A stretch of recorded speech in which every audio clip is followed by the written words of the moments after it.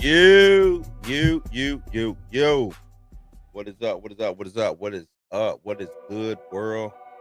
How is everybody doing? Mika, how you doing? I'm here.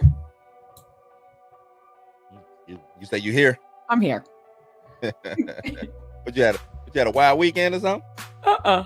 I'm just here. No? All right, work got you just here? Yeah, I'm here. Well, ladies and gentlemen, today we're gonna be talking about a spoiler review, and the spoiler. It is spoiler, okay? Spoiler alert is on. We need like a flash, a spoiler alert flash. That's what we need. Spoiler alerts is on, ladies and gentlemen. Gentlemen and ladies, spoiler alerts is on for the movie Weapons. We are waiting on the Honorable Dre Mack. We're waiting on him. He'll be here soon. But without further ado, let's start this show, man. Let's start this show. Where's the button at? There it is. What does this button do?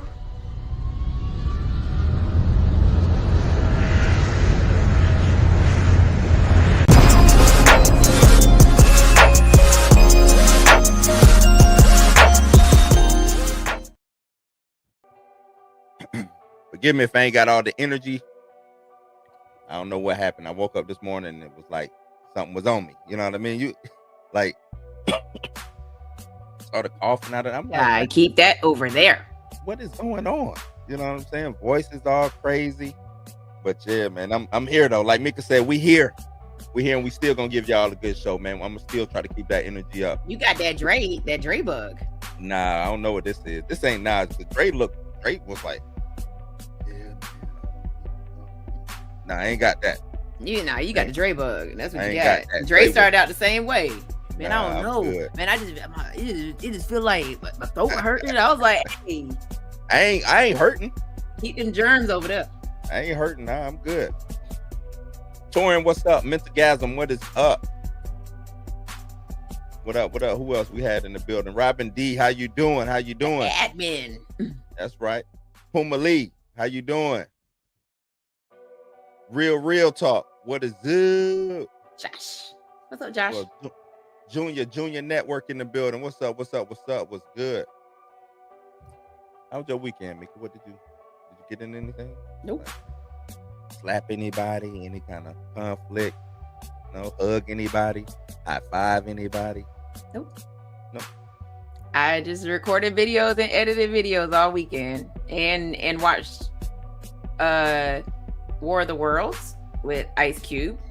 Which War of the World, huh? It's just as bad as everybody has been saying it is. But It don't deserve no zero. It do deserve a 0. No movie deserves a 0. No, that movie definitely deserves a 0. Nah, Yeah, no, it didn't. they filmed everything with their iPhones. Yeah, it don't deserve a 0. It's got It deserves- entertainment. I'm gonna tell you why it don't deserve a 0. It was the most watched show on, what is that, Prime?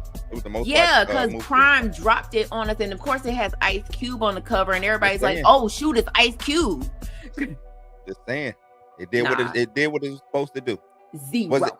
Is it a bad War of the Worlds movie? It's horrible. Yes, all of that. Terrible.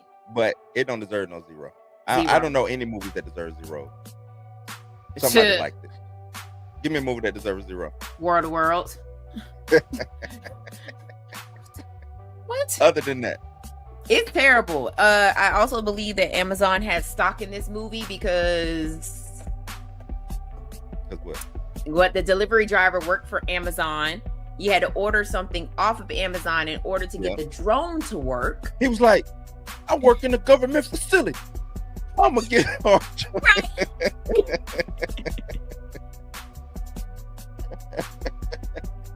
I work in a government facility.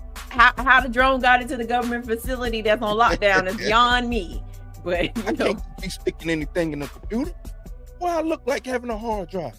Don't worry. we can't have no thumb drives in here. This is a government facility. He said, I'll send it to you. How you gonna get it to me? What he said? Drone. What he said?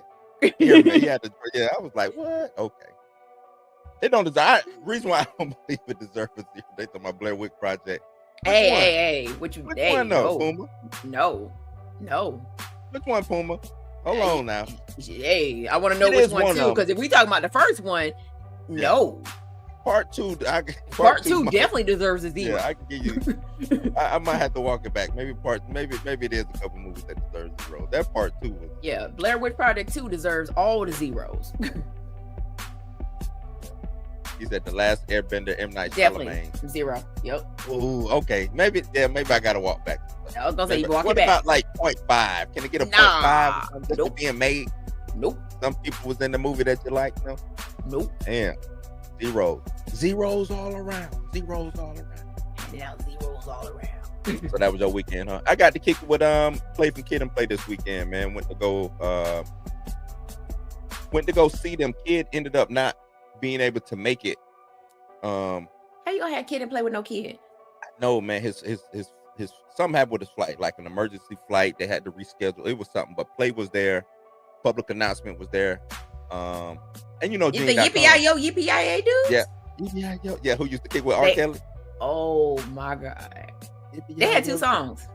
Yeah, they did a new joint, and it was actually pretty good. They new joint. Okay. But I won't be hearing it.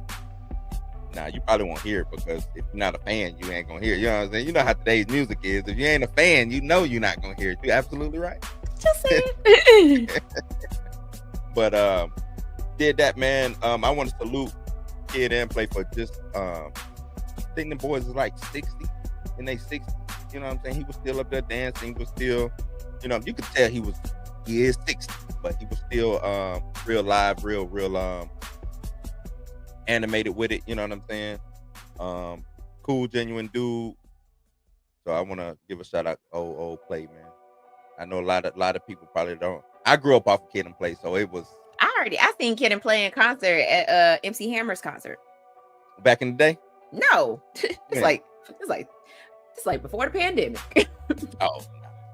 See, I saw Hammer way back. I saw Hammer 92? I want to say 91, 92. I saw Hammer. Kid and Play one there though. It was Hammer. Who else was it? Some other one hit wonder, but it was Hammer. Hammer put on a kill. We had Kid and Play, MC Hammer, Tone Loc, and DJ. Tone Loc was there. And DJ Cool. Yep. Which you know you have to have DJ Cool because you know.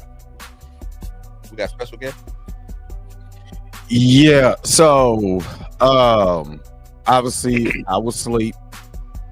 I was not. Look, I apologize, but I swear, I woke up at 5 o'clock until I looked at my phone, and I was like, "This ain't 5 o'clock. This is 7:18."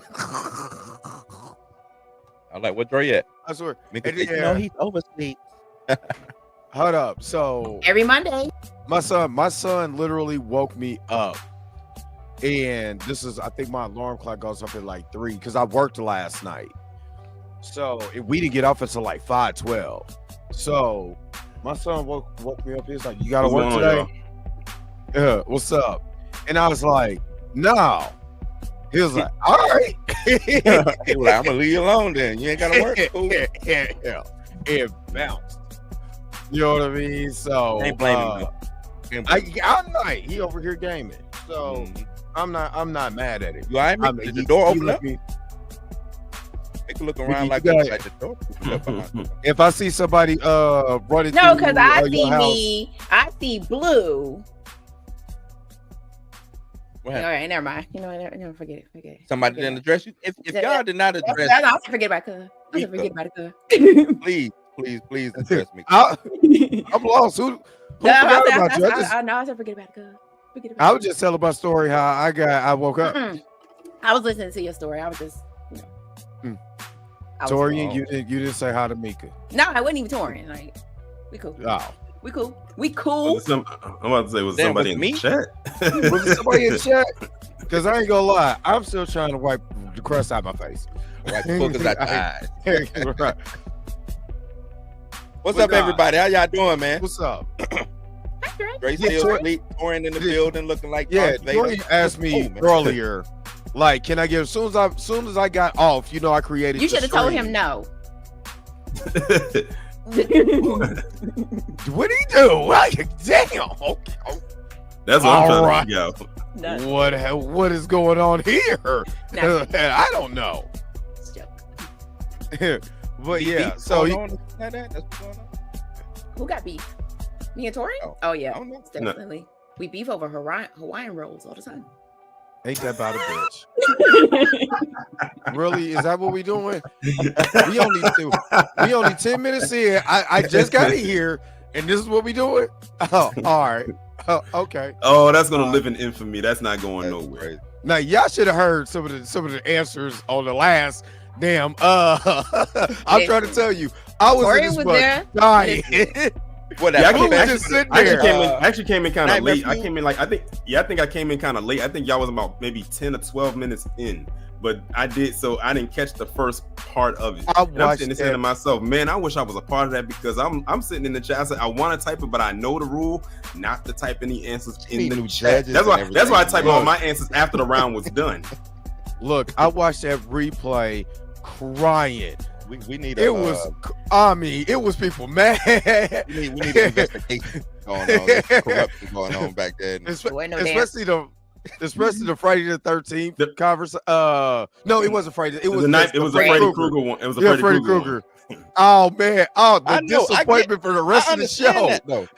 I understand that you're in the dream world. He wasn't that because you sleep. He ain't chasing. Right, he literally said slasher.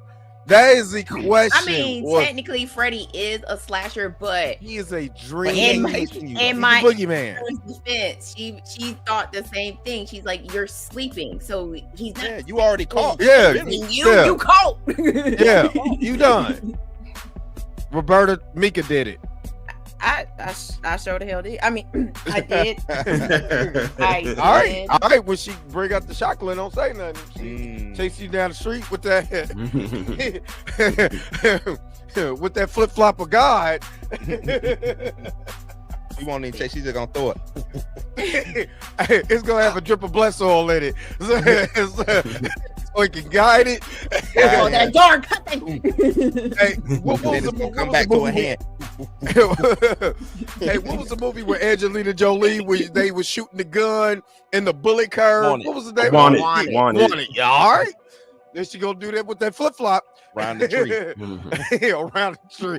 Hey, I seen a Tubi movie that tried to replicate that. Yeah, it was bullet. It was Zelda bullet. I was like, he was hiding behind the tree. I was like, hey man, if they don't stop this right now. So that's my story. Yeah, I was super tired though. I tried to stay up. I tried to stay up for some people, but man, it wasn't happening. I tried. John, what's up? I'm doing good. I had told Dre I had sent him a DM like you said after the show. Yeah. The show was over, and I said when I saw that's what you was going to talk about. I said, can you send me the link because I need to discuss this movie with somebody. And I said, like what are the odds? I said, what are the odds that now I get to discuss it with 3 people? Yeah. Oh, it must have hit you like that, huh? Especially that ending. I'm still laughing at that ending. We're gonna get it. I know I got my what I took from the movie, and I can't wait to really get into it and talk about it. But don't be. Hey, don't want to bear the lead. Hey, listen, stay away from a woman named Gladys. Gladys. Oh, Gladys. That Birdman mama, Gladys.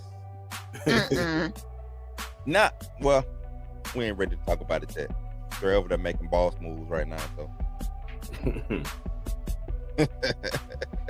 He on his you know we can see you, right? Yeah. We can see you. But yeah, nah, my weekend was pretty good, man. Hopefully everybody's weekend was good, and everybody enjoyed their weekend. I know some people didn't enjoy it. Man, I was cleaning up. I spent all day, all Saturday, putting dirt on around my foundation and cleaning basements and all of that. So what they doing about your is it a crack in your foundation that's causing? I don't know. Is that okay? So I'm glad I did what I did. So now they got to come. They called me today and talk about they're gonna reschedule. So what I did was just look online. It was like, what's the cheapest alternative? Fill dirt. So I put fill dirt around that part of my foundation, and I seen it slump. So I was like, oh, that's perfect. Went got some fill dirt, put that on there and packed it. And dude was like, put some wood chips, put some the playground wood chips, put it on top of that. It'll soak that water right up. And then bam. It rained yesterday and today. Nothing. Nothing. So I was about to say funky with these folks because Roberta in here, and I don't want to say the other F word, which means friends. Friends, the fudge cake? Means fudge. Fuzzy wuzzies. So, but yeah, I'm not gonna lie. I liked Weapons more than I thought I was gonna like. Are we just gonna jump into it? We ready? Unless y'all got anything else to talk about. I ain't got nothing else, man. I ain't got nothing else. Because I did put plus more, but I didn't know. That came in.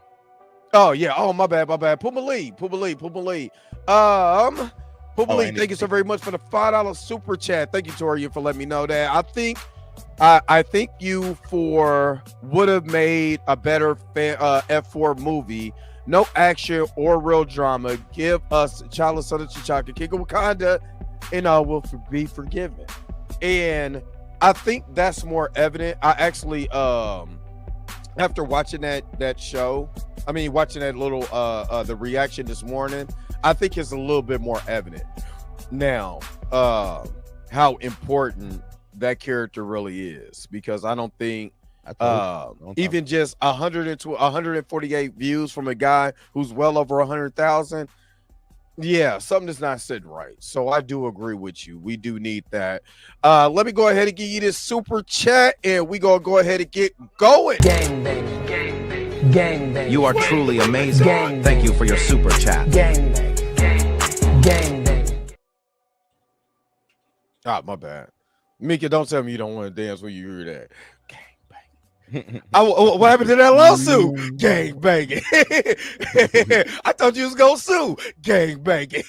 When he pulled the reverse Uno card, I'm smoking Robinson. Gang banging.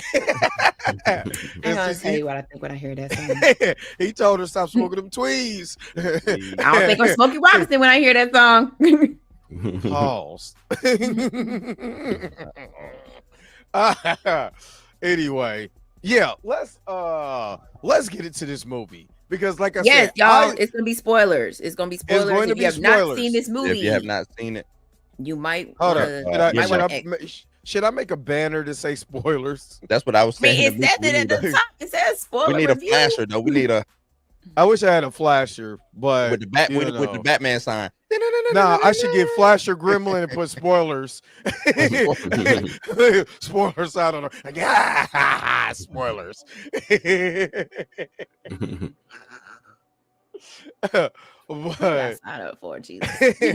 So I like this movie more than I thought, because to me, this is more like a modern day Brothers Grimm movie. There is just, I think, one character that I just did. It was so boring. It was so incredible. I'm like, oh my, there's other characters that their story is incredibly hilarious and great, and it speeds up the process. One of those characters, I'm like, good, you could have trimmed this scrap. We could have made this one about an hour and an hour and a half if you trim some of the fat off of one of these characters. But let's get into the synopsis, and then we're gonna go into the actual movie itself. Mika, no synopsis, or what? You making that face? I know that face you making. Oh, my bad. Just you on camera? I'm sorry. I was reading the super chat that we just got, and we got a super. I'm not on there. I was gonna make a banner. That's why I made the face. That's why I made the face. All right. Hold on.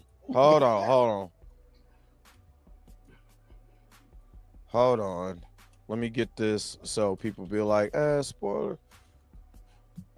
You want me to read the synopsis? Because I ain't got it. Yeah. Yeah. Go ahead. Joking. So Weapons is about if you haven't seen the trailers, is about 17 kids go missing in the middle of the night at 2:17, all but one child out of one classroom.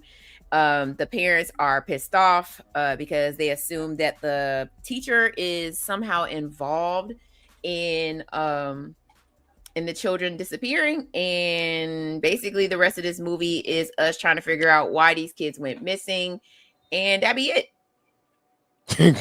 That be it. This is just, I mean, technically, you know, that's what it is. You know what I mean? Technically, that's the synopsis of the movie. Let me get to this. Oh, Jesus Christ, Dan. See. Good build up into the release of it. No. That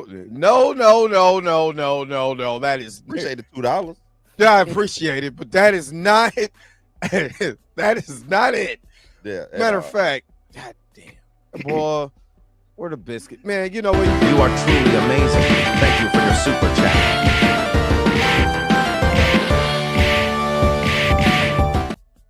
I want to punch the biscuits out of you saying trans witch. Get out of here. Trans bitch.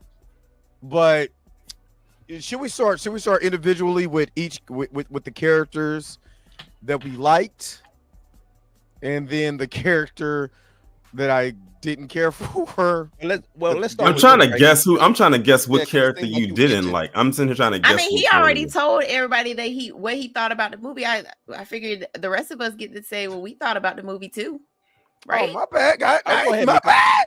Go ahead, Mika. Oh, okay. I didn't like this movie. And the only part that I liked was the ending, because that was hilarious as I'll get out.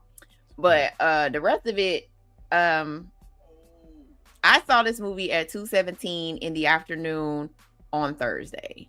And I think, I don't even remember what part it was. I want to assume it was the part where the teacher was dreaming, which to me, she was the most uninteresting character out of all the stories.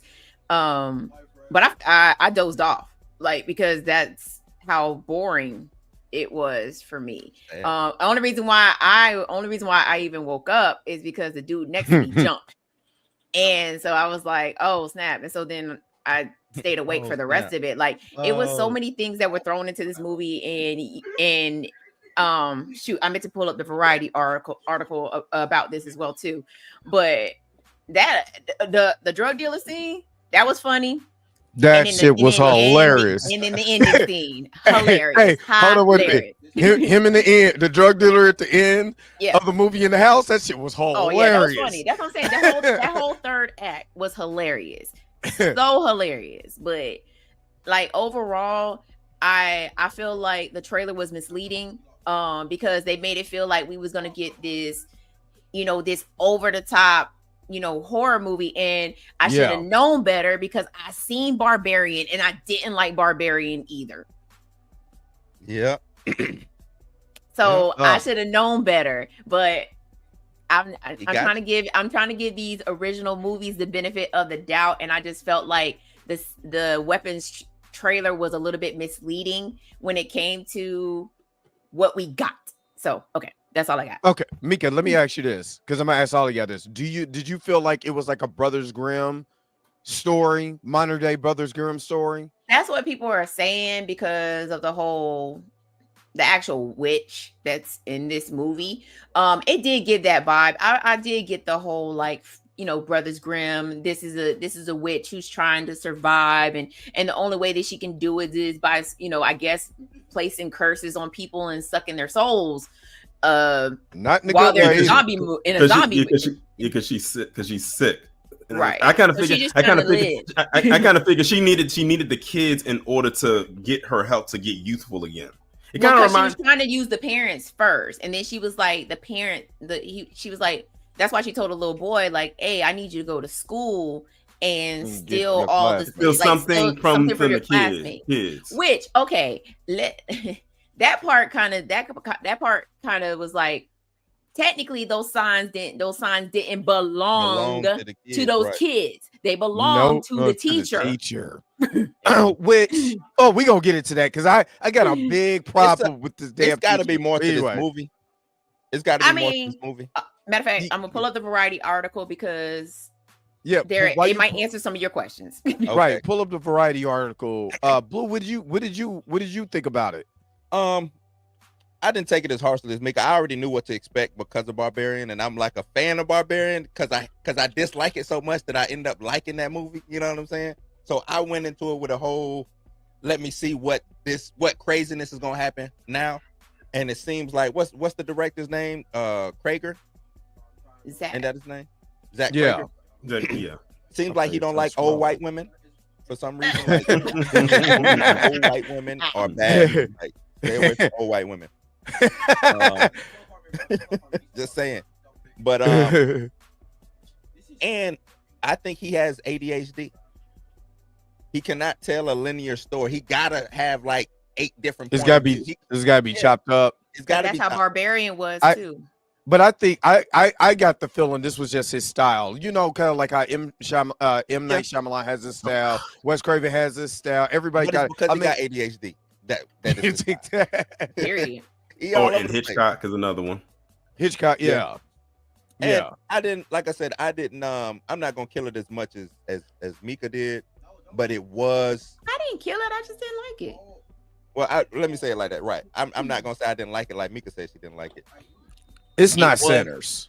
It is not. I saw that. Anyone who said that this is better than Sinners, they are lost. They have lost their goddamn on mind. Somebody tried to rage bait me into a conversation by saying, well, this wasn't made for you. And I was like, excuse you? I was like, I am a parent. Like, if my child disappeared for the whites. That's what they're trying to do. And that's what he did. They made it for the whites. He was like, well, black people were telling me because I didn't like Sinners, it wasn't made for me. I was like, so there's a whole cultural aspect to Sinners, though. Right. Because other black people attacked you, you feel like you can attack me by saying that weapons wasn't made for me. I'd be damned. I said, I just told you that I'm a parent. I wish my child would go missing in the middle of the night. I'll flip that whole city over. I do like, even though it was all over the place, I did like them trying to, the point of view. Some people's point of views we could have went without, you know what I'm saying? But I did like the point of views. Wong's character was kind of like stupid. Julie Gard, like the main characters, who was the best character in it was Cable, Josh Brolin. His character actually made sense to and his motivation. Like the overly caring teacher and and all the stuff that she was doing, it was like, girl, you don't look too much. I get it being a caring teacher, but come on, man. Like, I'm surprised they ain't locked your ass up yet without all the dumb stuff you doing. She should have been like in the simple fact pissed that me off. The simple fact that there was no police presence outside of the little boy's house. You know what I'm saying? She would have got arrested. Like you just followed this kid home. She pissed me off. She pissed me off. What did the ex-girlfriend the whole movie, or the wife or whatever, the police's wife? What? Nothing. Hey, I ain't understand that scene either. Why you dumping vodka? Why you dumping good vodka? I thought she was gonna hit her with the bottle. I thought she was about to bust her head to the white. I thought that's what she was. So that kind of threw me off too a little bit, like her dumping. No, what would it really took it over the edge? If they really wanted to go there, is after her dumping the vodka on her, if she was going to try to set her on fire, like pull out a lighter and just try to. Thought was going to happen. Then that would have really took it. Then that would have took it to another level, and she wasn't successful or anything. Like that would have been like, oh, she trying to pull an Angela Bassett, but instead of setting a car on fire, she trying to set a person on fire. But Yep. But you know what? I'm gonna be honest with you. I actually. What did you think about it, Toria? I actually like them. Let me tell y'all something. And this is something I put up on my threads. And I think y'all. I don't know if Blue saw it or not. When it comes to horror movies, the rule of thumb. The rule of thumb, go see that with a black audience.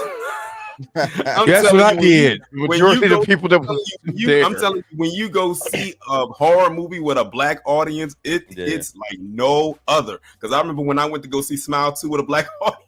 the amount of jumping and screaming we did up in there because we could be so extra. Nah, so that's it. The movie going experience is what really did it for me. But I actually really did enjoy the movie. I actually liked that they told the movie almost in an anthology style where they told it from different points of view instead of just from one person. When I saw the name Justine pop up, I was like, oh, I know exactly what they're doing. They're going to talk about it from different perspectives and point of views like that. I didn't realize they were going to tell it. They told it from like people, even from people that I didn't even expect them to do. Like I didn't expect them to do it from the point of view of the drug dealer. Like I really wasn't expecting, or even the cop for that matter. But I knew they was going to do it from her. They was going to do it from the Archer character, and I knew they were going to do it from the kid's perspective because they had to do it from the kid's perspective because he's the one that rounds the whole story out because everything starts from him and then goes outwards. But I actually did enjoy them. The part that freaked me out the most though was when you see the first, I guess you can say, possession with the was he a principal? Was Wong like he was a principal, right? Yeah, he was. When they did the possession from him, and he killed his partner by headbutting him until his face was completely caved. But why didn't Wong? Why did Wong get busted at head? He didn't get busted to the white meat. Exactly. Like I'm sitting there like Wong got a bigger forehead than I do. God damn.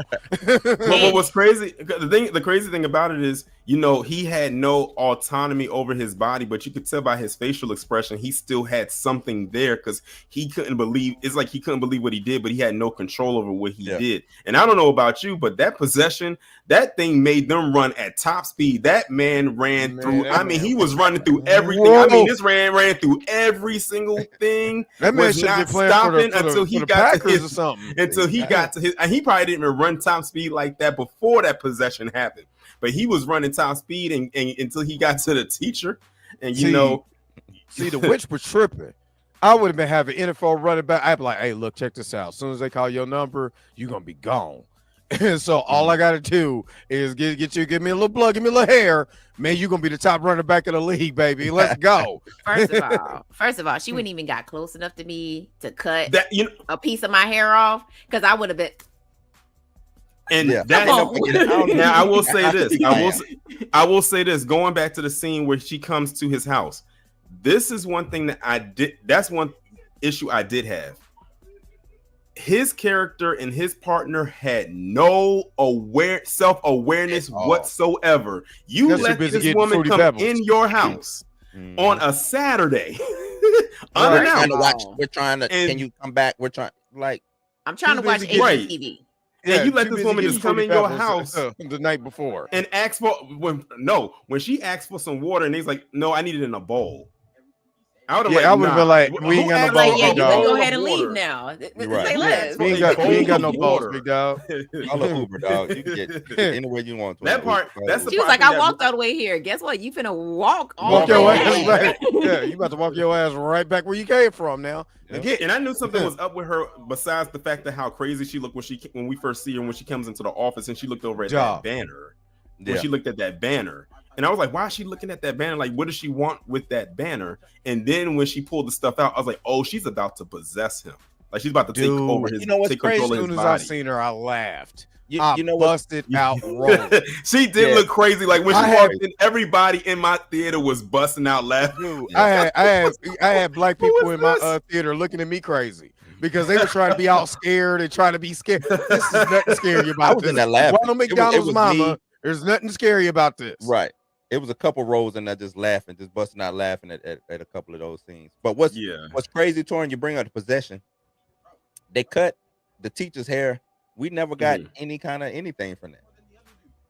No, it never happened. When she cut her hair like in the car. Now that part did kind of scare a lot of us in the theater. Dream, or was that real? That was real. No, that was real. Oh, that's what I'm saying. Because the thing is, we don't like that was like the end part of her portion of the story, but we didn't know what happened. But that doesn't come back into play until the principal happens because she uses her hair around the stick, and it snaps it, and that's why he goes after her. So that's the hair. That's right. Yeah. I thought the hair was to control the people. Yeah, because that's what it was for Wong and everybody else. It controlled them. So I think it was. I think it was different for. I think it was different for every time that she used it, because when she wrapped it around, she didn't. She was like, I'm almost like she was like, okay, now you're in my control. But when she wanted someone to be a target, she took their hair and then wrapped it around, and now she's already got control of Wong. So now she's like, bam, now go get it.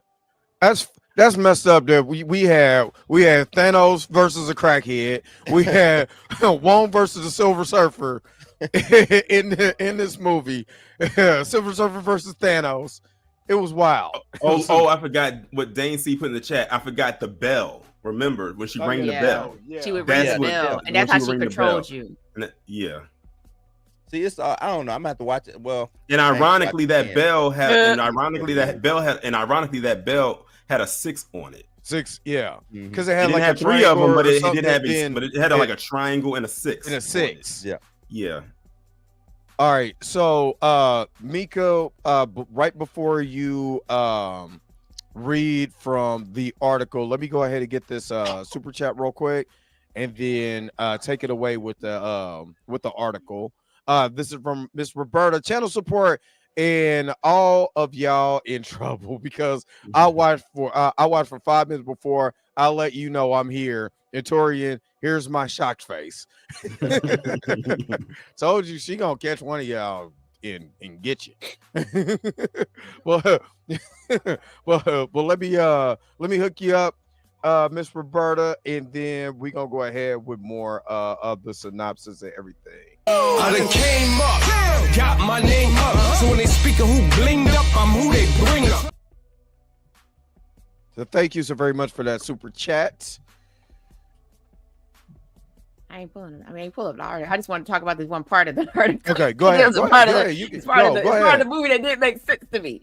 He said the interviewer said there's a surreal moment in the movie where Archer has a dream and sees a giant assault weapon floating over a house.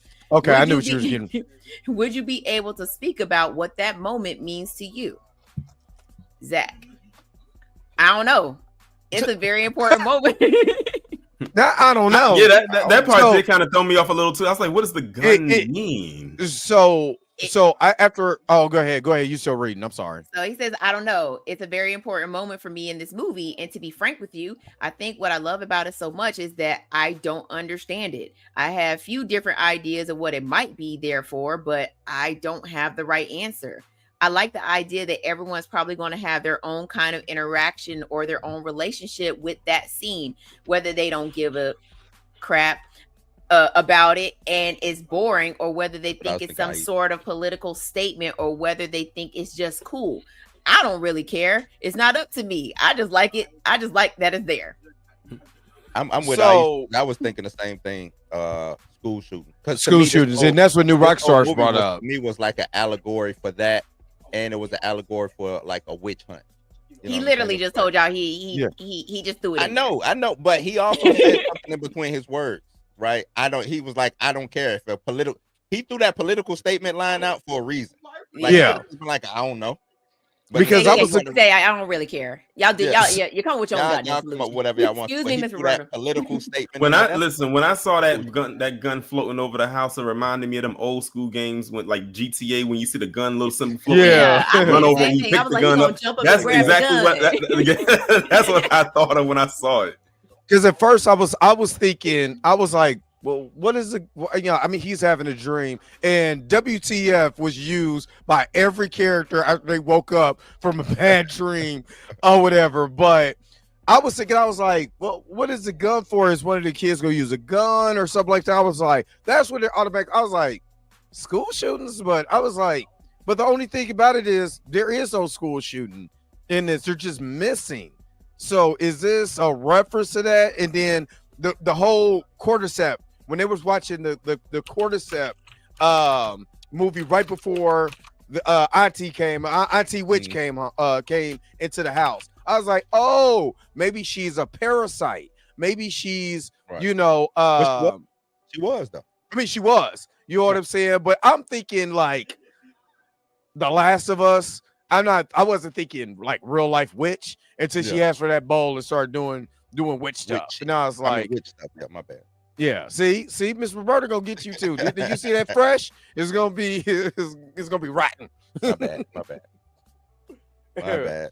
Nah, it was a couple of things. Is reason with the school shooting, I think it was more allegory for the school shooting because you had him being bullied in school. Yeah, right. And he was the smallest kid. Survivor.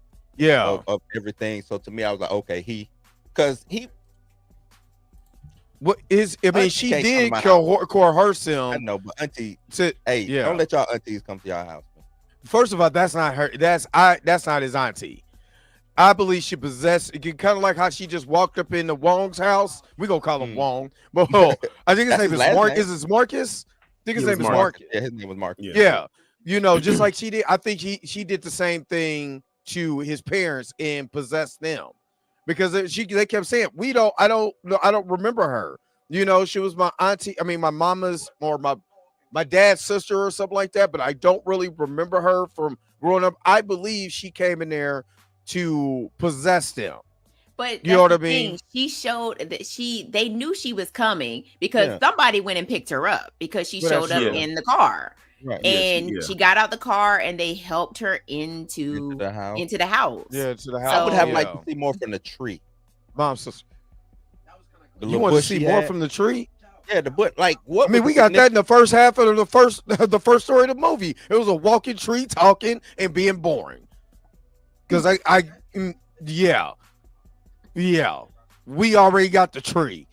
It's just in the form of a character that was born. And oh my god! You know what? No, another funny part to me in the movie was the other funny part to me in the movie, and it happened so fast. It was one of them things. If you blink, you would have missed it. That very quick sex scene between the teacher and the cop. Yeah, it was so. And it was so uninspired. It was so unnecessary. Hey, you know what? It was more interested than They was more interested in the first half of the story. Yeah, the whole dynamic between them two was unnecessary though. But I got it. I obviously they had a thing. You know what I'm saying? But why are you messing with? You're married to the chief of police's daughter. You know what I mean? And then you going out there, you humping, like the stupid. I don't even know how he let her get him. You know what I'm saying? First of all, that's Han Solo, aka what was he? Ironheart, Obadiah Stane. So we had a whole Marvel Disney reunion in this movie. It's crazy. This is a Warner Brothers movie too. And the crazy part about it is that the actors that were in this movie were not the original actors that were supposed to be in this movie. It was some other Marvel actors. Yeah, Pedro Pascal was supposed to be Archer. Like I heard that, like what? That would have pissed off. That would have pissed off the grifters. Like, you in another one? I think I would have got mad at that. Like, damn. Yeah, I think they said the reason why he couldn't do it is because of the writers and actors strike affected it somehow. Yeah, and then that's why he didn't, and he ended up not doing it. Yeah. The only actor that is from the original cast is the guy that played the drug dealer. The crackhead. Yeah, which is funny. Was funny. When he was trying to get the remnants. Oh, come on! I was in there. Hey, I'm not gonna lie. He played that part though. Like, he really did. He played that part though. But it was just crazy to me, like how she kept popping up in like the weirdest places. Like she's like in the middle of the damn woods. Yeah, right next to his campsite. Yeah, like his crackhead campsite. What other? Because for her, she popped up. Everybody saw her, but had never seen her. Right. So old girl saw the dream. Josh Brolin saw it in the dream. Marcus was the only one who like met her. Who actually had a physical conversation with her. And I don't know if she was real with the drug dealer dude or the drug addict dude. I don't know if like he was maybe he saw her, and that's why he hid in the tent. Right. That's what I'm saying. I don't know if that was himself. He was like, real or not. That's all I'm saying. I don't know, because this movie is so.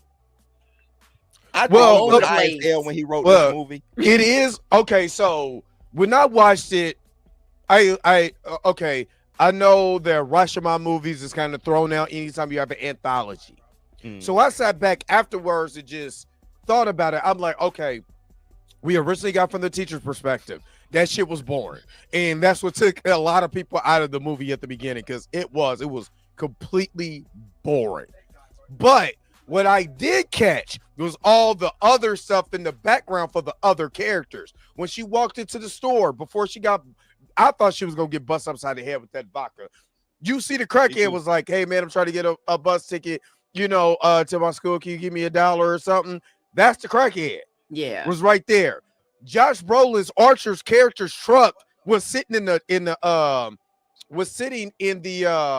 parking lot. If you pay attention, you blink and you miss it. You look over, you see the truck. So when he got into his truck with the can of paint, I was like, "You son of a, you ain't slick." I knew it. I knew it. You know what I mean? So you see certain stuff. I'm not gonna lie, I gotta talk about her. She's boring. Like there's nothing, there's no drama, this is just her being a weirdo for 35 minutes. Yeah, I mean, literally, they're telling you not to go to this school or not to go talk to this kid. You're over here creepily walking behind him like this. Like, excuse me. He was like, "Don't follow me."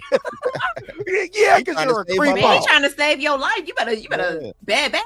Yeah, like, dude, like you're being a weirdo. And she was a weirdo, and she was not likable at all to me. She was not likable. I did not feel sorry for her. I hope she would have got 8.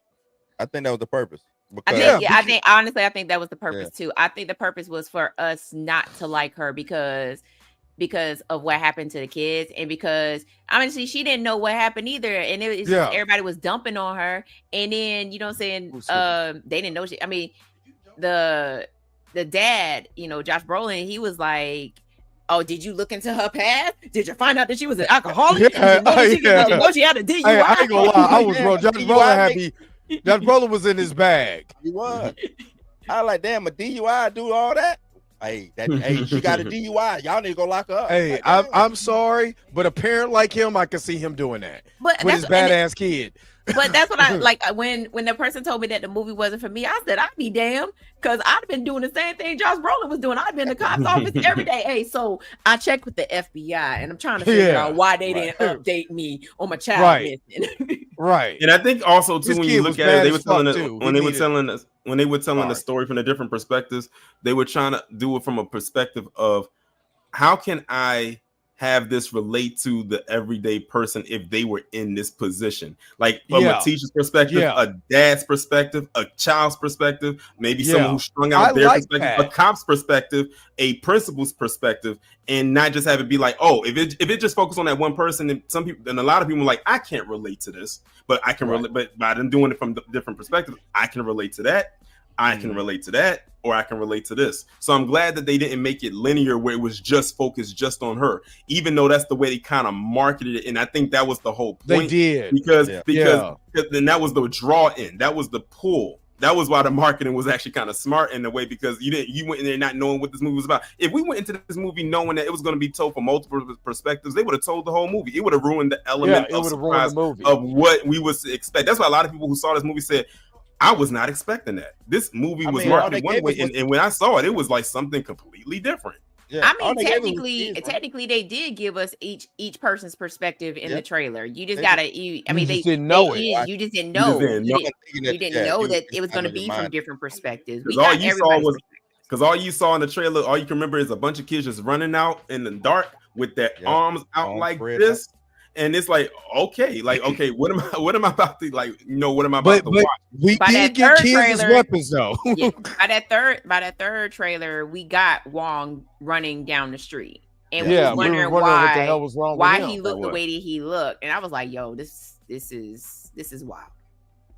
I mean, Lawrence asked a good question. He said, why didn't no one bring backup to the house? And I was like, that's a damn good question, because if I'm a cop and somebody just told me that they found the kids in someone's house, you immediately call backup. I immediately call backup. Even though it was a crackhead, even though it was a crackhead who just stabbed you in the face. And then that's why like they actually tried to make us like kind of almost empathize with the crackhead, because he was trying, like he went in there to steal stuff, and he's trying to get money, and he goes into the pawn shop and he sees that sign, and says, "Wait, it's a $50,000 reward for some missing kids." He's like, "I was just in the house where I saw a bunch of kids." And he was going to tell the cops that, but then remember, he told the other cop who got him, told him, "If I see you again, I'm gonna get you." And that's why he ran. I was like, he was right there. He would have been the hero of the story. He would have been the hero of the story. He told the cop, he said, "Hey, I know where those missing kids are." And normally in a real world situation, that cop would have been like, yeah, so I got somebody claiming that these 17 kids he's on drugs, a power trip. He was on a power trip. That's what that was. He was on a power trip. And his wife or whoever it was, just, you know what I'm saying, got a hold of him and all type of stuff like that. So she was the chief of police's daughter. So you know what I mean? Yeah, he was working for her boss. I mean, he was working. Her dad is his boss. Mm-hmm. Right.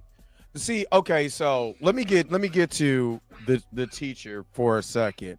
Hey, one more time. I just one more time. Drag her. I did not like her. I did not like her for the simple fact is that, for one, where's the FBI? Anytime you have missing children, the FBI is going to be, I don't give a damn if it's a year or two later, there's still going to be FBI. There's going to start, gathering more information, especially in a town like that. Yeah. There's going to be an FBI agent or two still looking for these kids. That's what what I mean? Like no trace.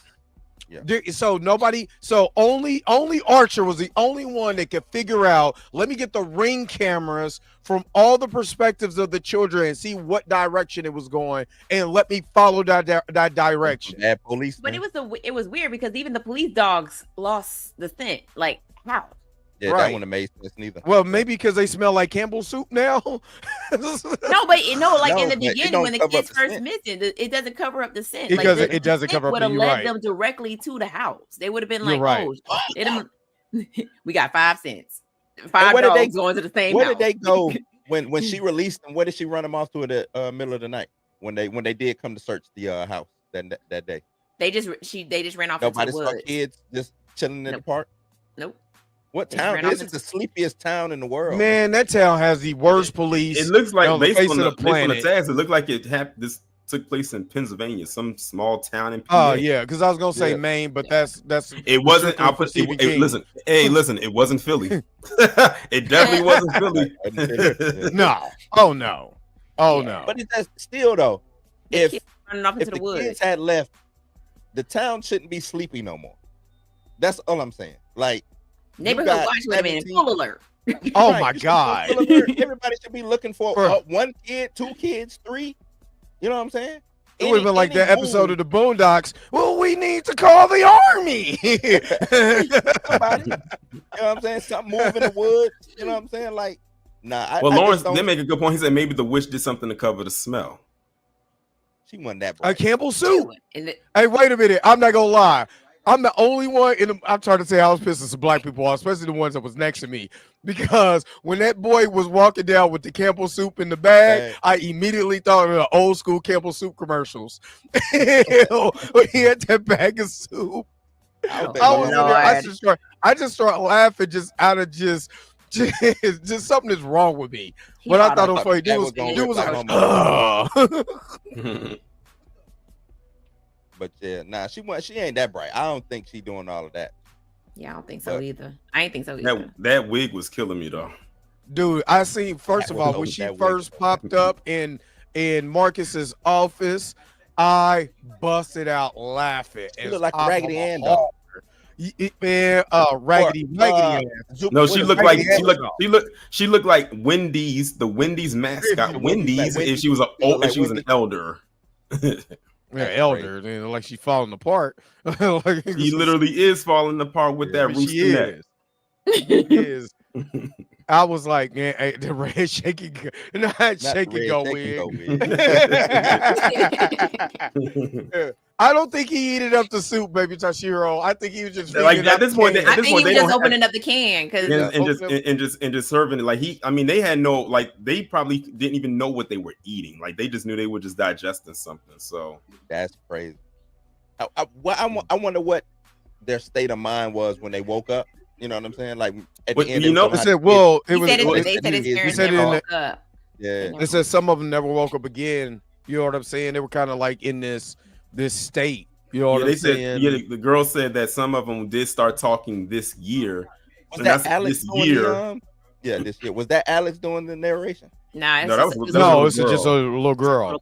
But basically, it's like this happened in my town, and it's a story. So the thing is, so she's basically telling from the perspective of the present, and we're looking at something that happened in the past.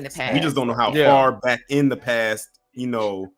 Well, she said this year, so it couldn't have been that too far in the future.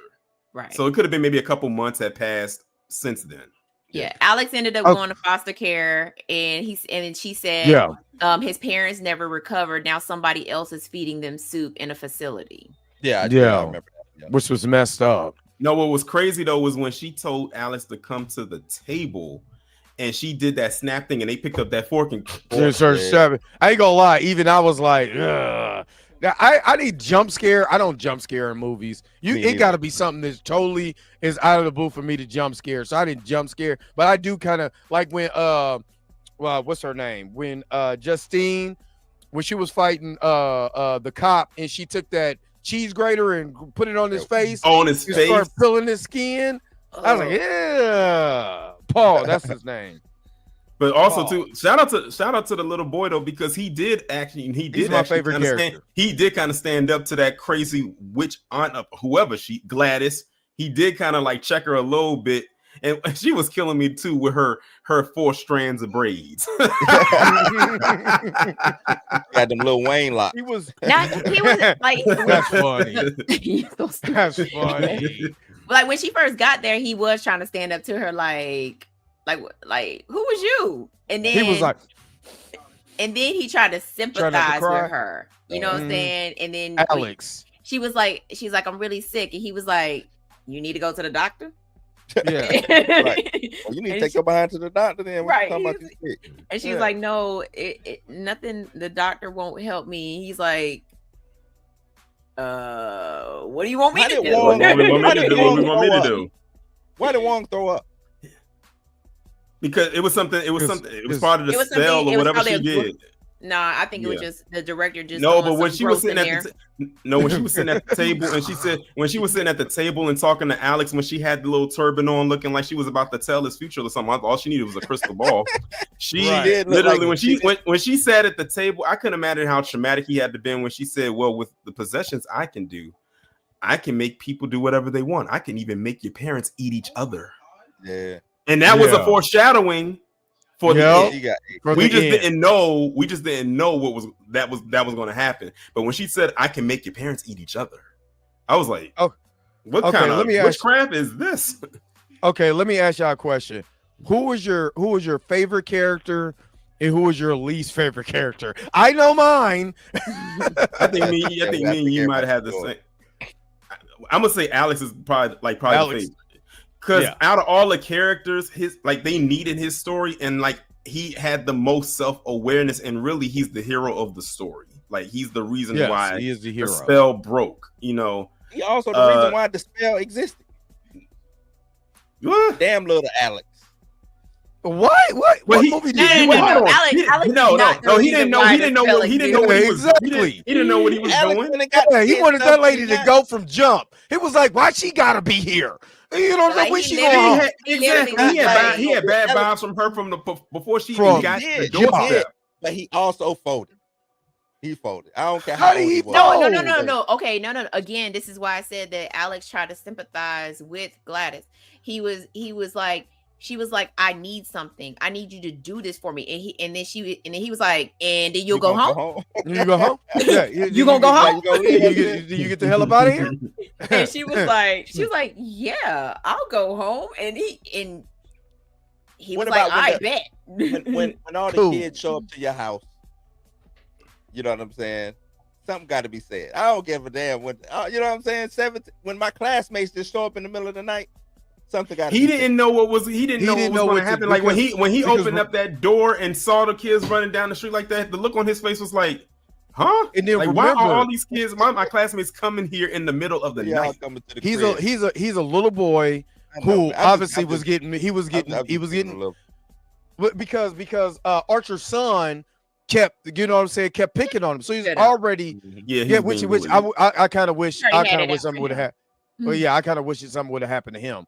But I mean, something did. He could never talk again. So, but you know what I'm saying. So he was already kind of like reserved. He just wanted to be to himself. You know what I'm saying. The only person he really had that uplifted him was his dad. So seeing his dad going to that state, you know what I'm saying, along with his mom, he was like, I just want my parents back. I just do what I got to do. You know what I'm saying? And that's kind of what he did. He just did what he had to do just to get by. So I'm not gonna hate him for that one. The neighbor, the woman who answered the door so he could try to get the Ring camera. That was funny. He had to wait on that the was husband. funny. Well, this is the first movie that Justin Long, first horror movie Justin Long survived in. It is. Who was Justin Long? No, he survived and dragged me to hell. Who's Justin Long? Yeah, he did survive. He did survive. Who is Justin Long? I am lost. He was in Jeepers Creepers. He was in, okay, yeah. He was in Barbarian. He was in Barbarian. So this is he was in Barbarian. He died in Barbarian. So. Oh, okay. What if all of this is in the same universe? Ooh. I thought that Stephen too. King type. I've never seen Barbarian. I said I'm just glad that when they went down to the basement that we didn't see what we saw in Barbarian in this movie, because I will never unsee that in Barbarian. That's why I don't watch Barbarian now, because I cannot unsee that. I said that that basement part was enough for me to like, oh nah, what is this? Where can I watch that at? Barbarian. Yeah, I'm telling you, Dre, you watch that one time when you get to that basement part, you're gonna be like, oh my. You gonna see why I said he don't like old white women. Hey,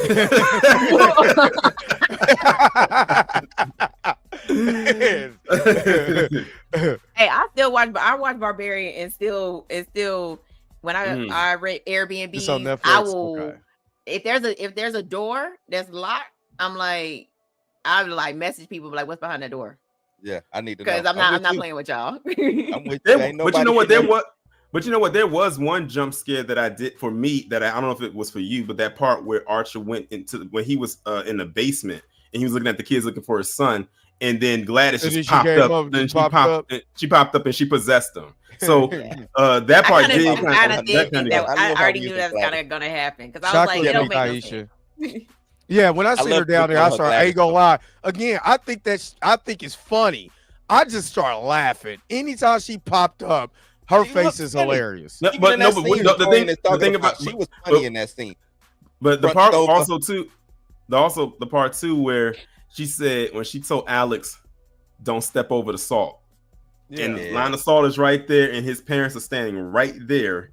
Because she had the salt. She had the salt because I didn't know she had the salt at the entrance at the door where the cop was and the crackhead was at too. But they wouldn't have known. So when they stepped over, that's when they activated and they went after them. They lucky. The only thing that they wanted to do was strangle them, and they didn't try to come at them with a weapon. Yeah, because they had some unbelievable strength. I mean, you saw the crackhead. He kept getting tossed and thrown. He kept popping back up. He just kept getting up. I was like, if you don't put wait a minute. It'll get quiet. It got to the point when I was in the theater and everyone was like, is he going to do it again? Is he going to do it again? Yeah, man, I was dying. Thanos was tossing him. I was rolling. He just kept getting up, and I was like, if you don't knock him out and put him down. it took Justine to come with that power tool and pop and blow his head right smooth off. And I was like, okay, now he ain't coming back from that. Now I will say when Marcus got killed, when he got ran over by that car, that reminded me of the beginning of Smile 2. Yeah. When I saw that, that's what that reminded me of. I said he in that street a little too long. Then I saw the red light. You know what I'm saying? It went from green to red. I said, oh, he about to get hit. And it took his whole face off. His whole face off. His face was weak from damn headbutting his partner. Yeah. Right. And he was not going to start running for nothing. He was literally chasing Justine. She already all the way ahead in that truck, and he's still running down the street, like going after. How that work if she on a plane and he on the ground? Hey, he already got airplane wings. He gonna find a way to get on that plane. Can you imagine him running through? Can you imagine him running through TSA? He knocking the signs down and all the buckets and everything. They definitely would have put some rounds in him. He wouldn't even made it. Yeah, he wouldn't have made it. He wouldn't have made it. Especially after the one when I was in New York. There, oh no, he's not making it through New York TSA. He's getting shot. No, who was Mika? Who Mika and Blue? Who was your favorite characters? And who was your favorite character and who was your least favorite character? I'll let Mika go first. I have to say Alex was my favorite character because especially when after the aunt showed up, he was like she was like, oh, what are you gonna do about it? He was like, lady, I'm snitch. And she was like, well, if you do, this will happen. And then he was like he was still trying to process it. Yeah. He was trying to process it, but also seeing his parents hurt himself, that led him to do everything that he did. You know what I'm saying? Mm-hmm. I mean, had he known that 17 of his classmates was going to show up in the middle of the night, which honestly, if it had been me, I probably would have did like a little montage where it'd have been like one at a time. Get the bully first. Get the 3 bullies first. Get them. Make it into a montage. But all 17 showed up at one time, and I was you talking about as far as him going to get? Yeah. That would have made. Man, that's because they could have did that. It cut some of Justine's unnecessariness out. Yeah, I'm sorry, it pissed me off.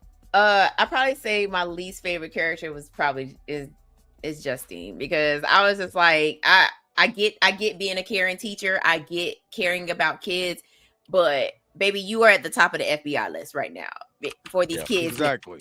So why are we following this little boy around? Why are you still at the school? Go home. Why are you still in this town? Like, for real, like, leave. Like, you ain't gonna tell me I didn't kidnap kids. She wasn't from there? No, she was from there, but no, I'm just like, if you're the number one suspect on the list, like, I would have been like, you know what, I'm gonna go somewhere else and lay low until all this blows over, because what y'all not gonna be doing is following me home. Yeah. You know what's crazy? I thought Wong was the police at first. Remember, because I did too. The way that they marked it, you thought he was the cop. Yeah, he was the principal. He ain't even a police. He's a damn principal. You principal. What a real police is. Like Dre said, what FBI at? Because the FBI should have been handling all of that. I thought he was the FBI. So again, stupid police in movies. The FBI comes in and investigates Alex, talks to Alex, and Auntie is there just talking. It was like, he went into a coma. This happened. That he had a stroke. I'm like, well, ma'am, where's the records? Because for the last time he was at work, because you're gonna know the parents' work time. And it was like, he had a stroke. Okay, well, we're gonna leave now, old white woman. Why you go ahead and take care of the stroke victim? No. Miss Gladys. I would have took one look at her and said something is clearly wrong. Just like look at her. Wig. The wig and the makeup. Your wig is leaning to the left and rocking to the right. I always tell you, I always tell people, don't trust no woman in a crooked wig.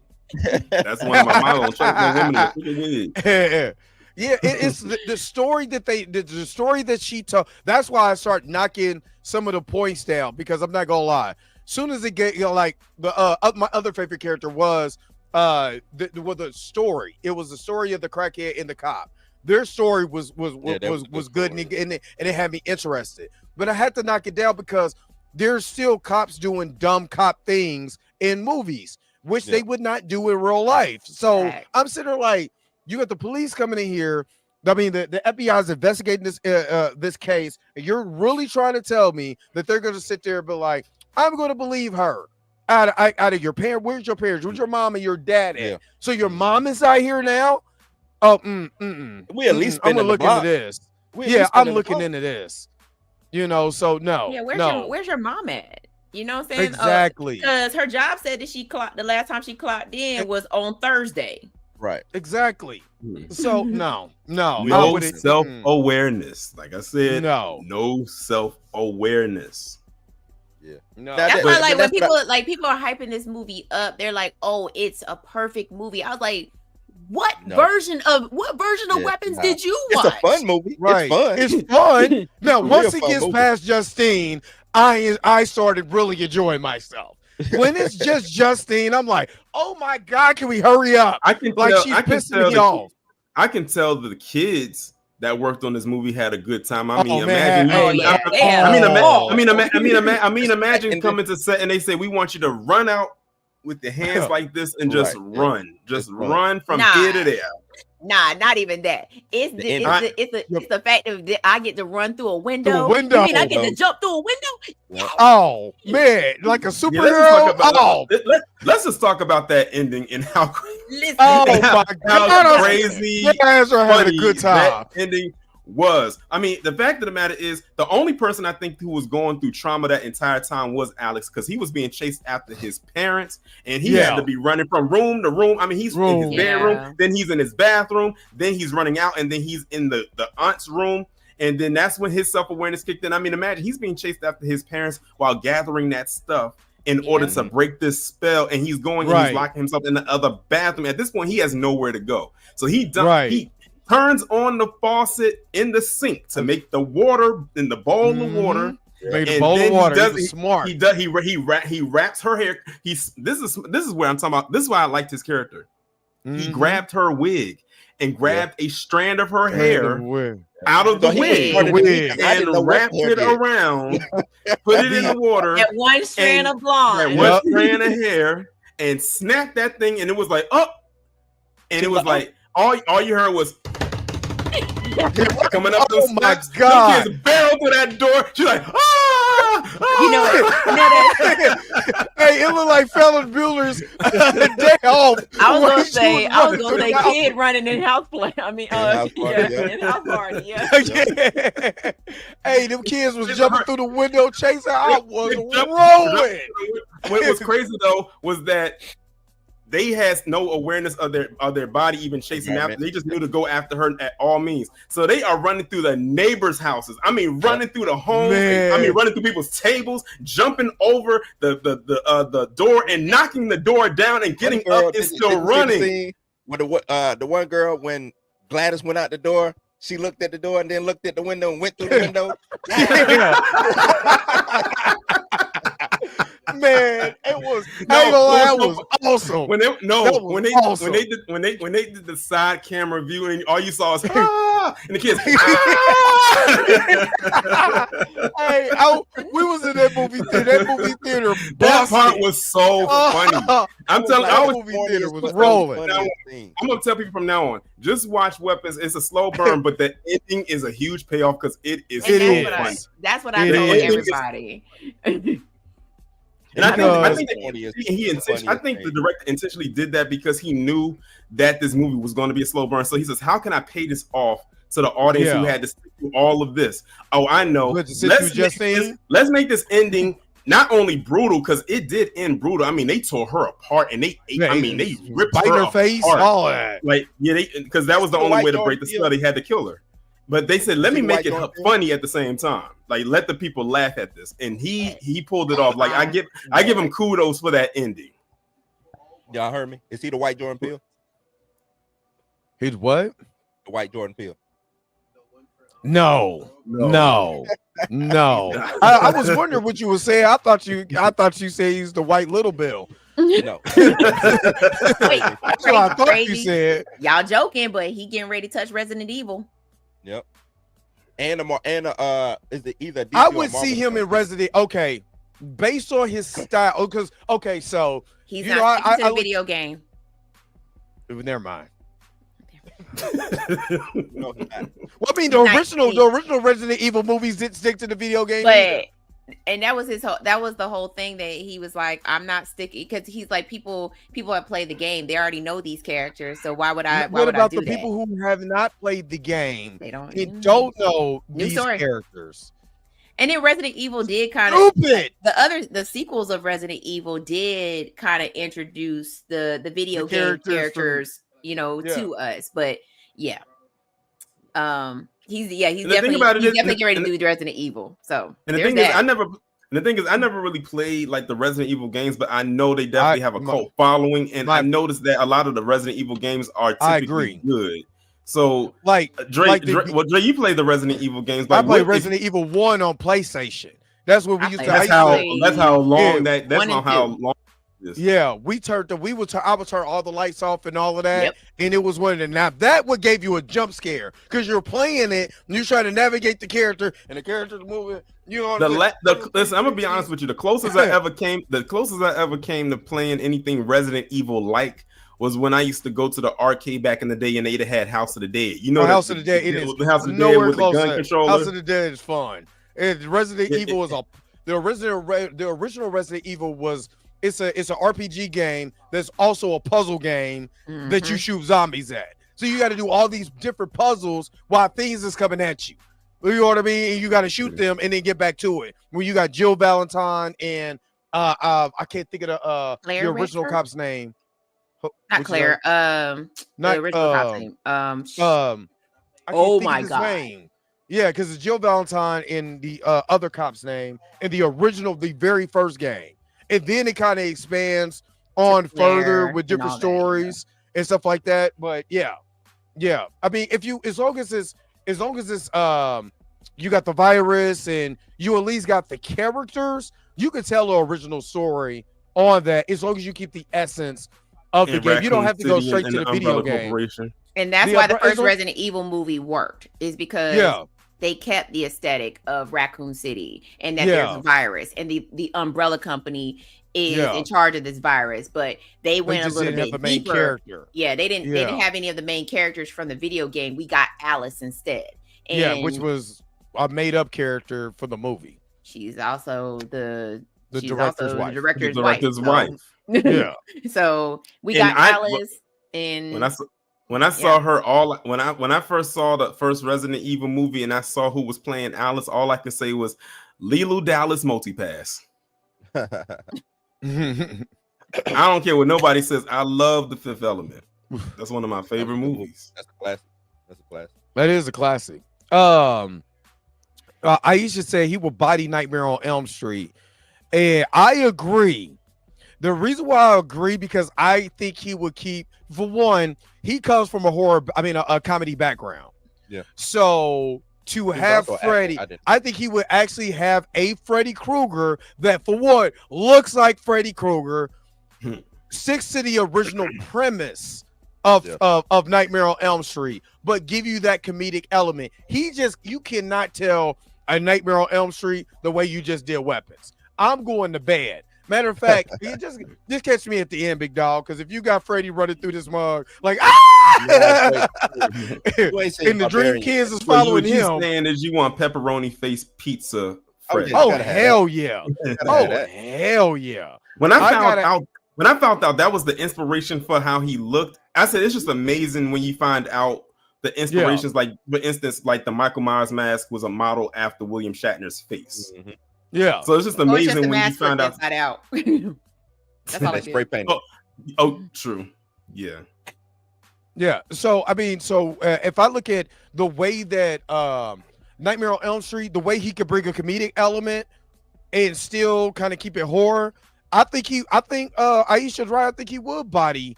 You would have to have good writers. You would have to have good writers for that because Freddy's one-liners is like classic. He be hitting the one-liners. Unless they go to the Freddy from New Nightmare in the original Nightmare on Elm Street. Like if they go back to that, it'd be darker Freddy. It'd be a darker Freddy. I think that'd be a better Freddy, and not just everything like a one-liner here and there, but keep it dark. You know what I'm saying? Mm-hmm. Because New Nightmare, that Freddy ain't playing. That Freddy is not playing. And that ain't Pizza Face Freddy. You sure ain't. So that's why I said that reboot that they did in Nightmare on Elm Street. Nah, I'd rather have New Nightmare. When I looked at him, when I saw that I said, I was already turned off with how he looked, so I already knew the movie wasn't going anywhere. The man was 5'4". Who he ain't scared nobody. Now the Friday the 13th one that they did was good. The one that came out in 2009. Yeah, that one was good. Yeah, we remember we did the watch party on that. Yep. We did the watch party on that. So, I didn't think about that for a second. We sure did. That was good. I mean, as long as you have Brian what's his name? Is it Brian Dansdorf? What's his name that's the voice of Chucky? Brad Dorff. Brad Dourif. Yeah, as long as you have Tony, as long as you have him, and he still has to be Charles Lee Ray and retell that story. I'm cool. If he's AI, if he's anything else, man. I'm out. I'm out. That's why that last Chucky movie did not work, and then they came out with the show. I actually watched the Chucky. The show was good until the third season. And the third season they kind of went. The third season they kind of like really out. They aged. They basically said that the curse was aging him or something like that. Like it was wearing off on him and everything like that. AI Chucky was the original. I want to say it was the original dude who came up with Chucky, but he didn't own the rights no more, so he was able to do that Chucky instead. So that's why we got the AI Chucky with without Charles Lee Ray, it doesn't make any sense. Sorry, you still got to have Charles Lee Ray. And that voice is so iconic. It really, you know what I'm saying? Unless he passes off, you gonna do it. You know what's 90. You know what's so crazy though? His daughter, who was also in the Chucky series, but she was also in one of the Chucky movies. She actually can imitate her dad kind of well. She was in the show. She was in the show. Yeah, because she was in one of the Chucky movies. So so her character was in the show. It was a continuity thing, which I was glad they did. Yeah, they brought all his movies together within the show. Yeah, like him, Tiffany, her character, and the kids, their children, and the kids. I wish would let the kids wait. Just him and Tiffany is all that was needed. The Chucky was ridiculous. Like, that's stupid. They was like, we don't know if it's a boy or a girl. They pulled their hands and then they brought that element. They brought that element into the show, and then he went off to Paris to be a fashion model. I ain't gonna. I'm glad they shipped him off, but I ain't gonna lie. I was sitting there watching that show, laughing my ass off. It was like, this is stupid. But I'll take it. Yeah, Bride of Chucky was when they started to go more away from the dark side of Chucky and made it more lighthearted while still being violent at the same time. Once Red Man showed up, it was over. See the Chucky. But then that brings us to a point, Mika, that I've heard you talk about. This wasn't like the Seed of Chucky and all of that is funny with gore. And what you're starting to see now is less gore and try to tell more of a story. And to me, let's compare Sinners to Weapons. What's good about Sinners, that could be any story, because it could have been the Irish story. You know what I'm saying? It could have been we got the FBA story. It could have been any story, but the way it is told, or a native story. But the way that they told it, the story, where there was no lapse. You're engaged in every characters that you're meeting. So when you get to the end, you're feeling bad that this character did something stupid or this character gets killed or whatever. You did that. What Weapons did was you got individual stories, but the problem was some individual stories were not as good as others. So now I'm gonna compare stories. Alex's story compared to Justine's story is trash, because Alex was a whole lot more competent than your goddamn teacher. Sorry, Miss Roberta, she's dumb. You know what I'm saying? Marcus was unnecessary, but I loved Archer's story. The cop and the crackhead was perfect. I could have got a cop and a crackhead story. You know what I'm saying? That led to Mr. Children. I give you my favorite, Dre. My favorite was Gladys. I like Gladys, man. Gladys had the witch. Yeah, the witch. Well, yeah, but she was. But you know what? She was interesting as a character. Yeah, you know what I'm saying? She was interesting as a character. So I like the house. Like she just came and just took over. That's what I'm saying. When she shows up, when she finally shows up, well, it started with Archer, because I actually liked Josh Brolin, because Josh Brolin started hitting that Thanos voice for a couple things. I'm like, oh snap, we about to get Thanos. But you know what I mean? But his story was interesting, because as a father, if I had to miss a kid, I would be like Mika said. I would do the same thing. This is a parent. I'm flipping out. I'm gonna flip that whole down. The whole town getting flipped over. You ain't got my badass kids. I'm knocking on everybody door. Going to house, man. Nah, his kid was bad though. His kid was bad as shit. Move aside. We coming to here. Like I'm going flipping tables. Oh, y'all got a basement. And I got my own dog. Yep. Right. You know what I'm saying? And then, like I said, you get that Brothers Grimm, like almost fairy tale story with her doing the potions and stuff like that. And for me, I kind of like that because I don't know about y'all, but they used to read those stories to us as kids, but not the world graphic version, the more kid version, like Hansel and Gretel and all of that. And that's when I started looking. I'm like, damn, this kind of reminds me of like a Hansel and Gretel, Pied Piper, you know, or whatever type of story. And I got interested once Justine's character was just waving in the background to somebody else's story. But and it was also I don't like Justine. Also was noticed another foreshadowing thing too. When she had came outside of her house and she saw witch painted on her car. Yep. Did you see the red paint? Because initially in the trailer, we thought that maybe she did something, like maybe some kind of witchcraft or something like that to make her kids disappear. But then it turns out there's a witch in this movie, and then it's like it is a witch in this movie, but it's not her. So that's like I didn't get that from the trailers, Torian. Like when I didn't see that in the trailers. No, he's not talking about the witch part. He talking about us thinking that she was the reason why the kids went missing. Because the only reason why I didn't think that is because in a later trailer they show her at the PTA meeting and she's talking to the parents. She's like, I want to know what happened to these kids as much as you do, and I love these kids. And that was in the trailer. So I was like, you can take her off the map. Something else happened to these kids. So that's what I got from it. I didn't think she had anything to do with it. I was like, it's got to be something else. These kids just didn't just mysteriously wake the hell up in the middle of the night and just leave. And if she did have something to do with it, she wouldn't have showed up for work the next day. But I just realized there's an honorable mention that we have to throw in there in this movie that we just kind of overlooked. Shout out to the little girl who opened up the movie narrating. Like that whole narration set the tone for the movie. And I'm glad that because in the trailer it only plays that one part. But in the movie it's a whole monologue. Yeah, and I didn't have no problem with that. I like that until they got to Justine. If they would have started, we know Dre, we do not like Justine. What if they wouldn't have opened with Justine and opened with Archer? I would have been. I think it would have flowed better because you're getting it from the parents' perspective first. Then I could be bored with Justine's pale ass. You know what I'm saying? Over here humping people's husbands and all of this mess.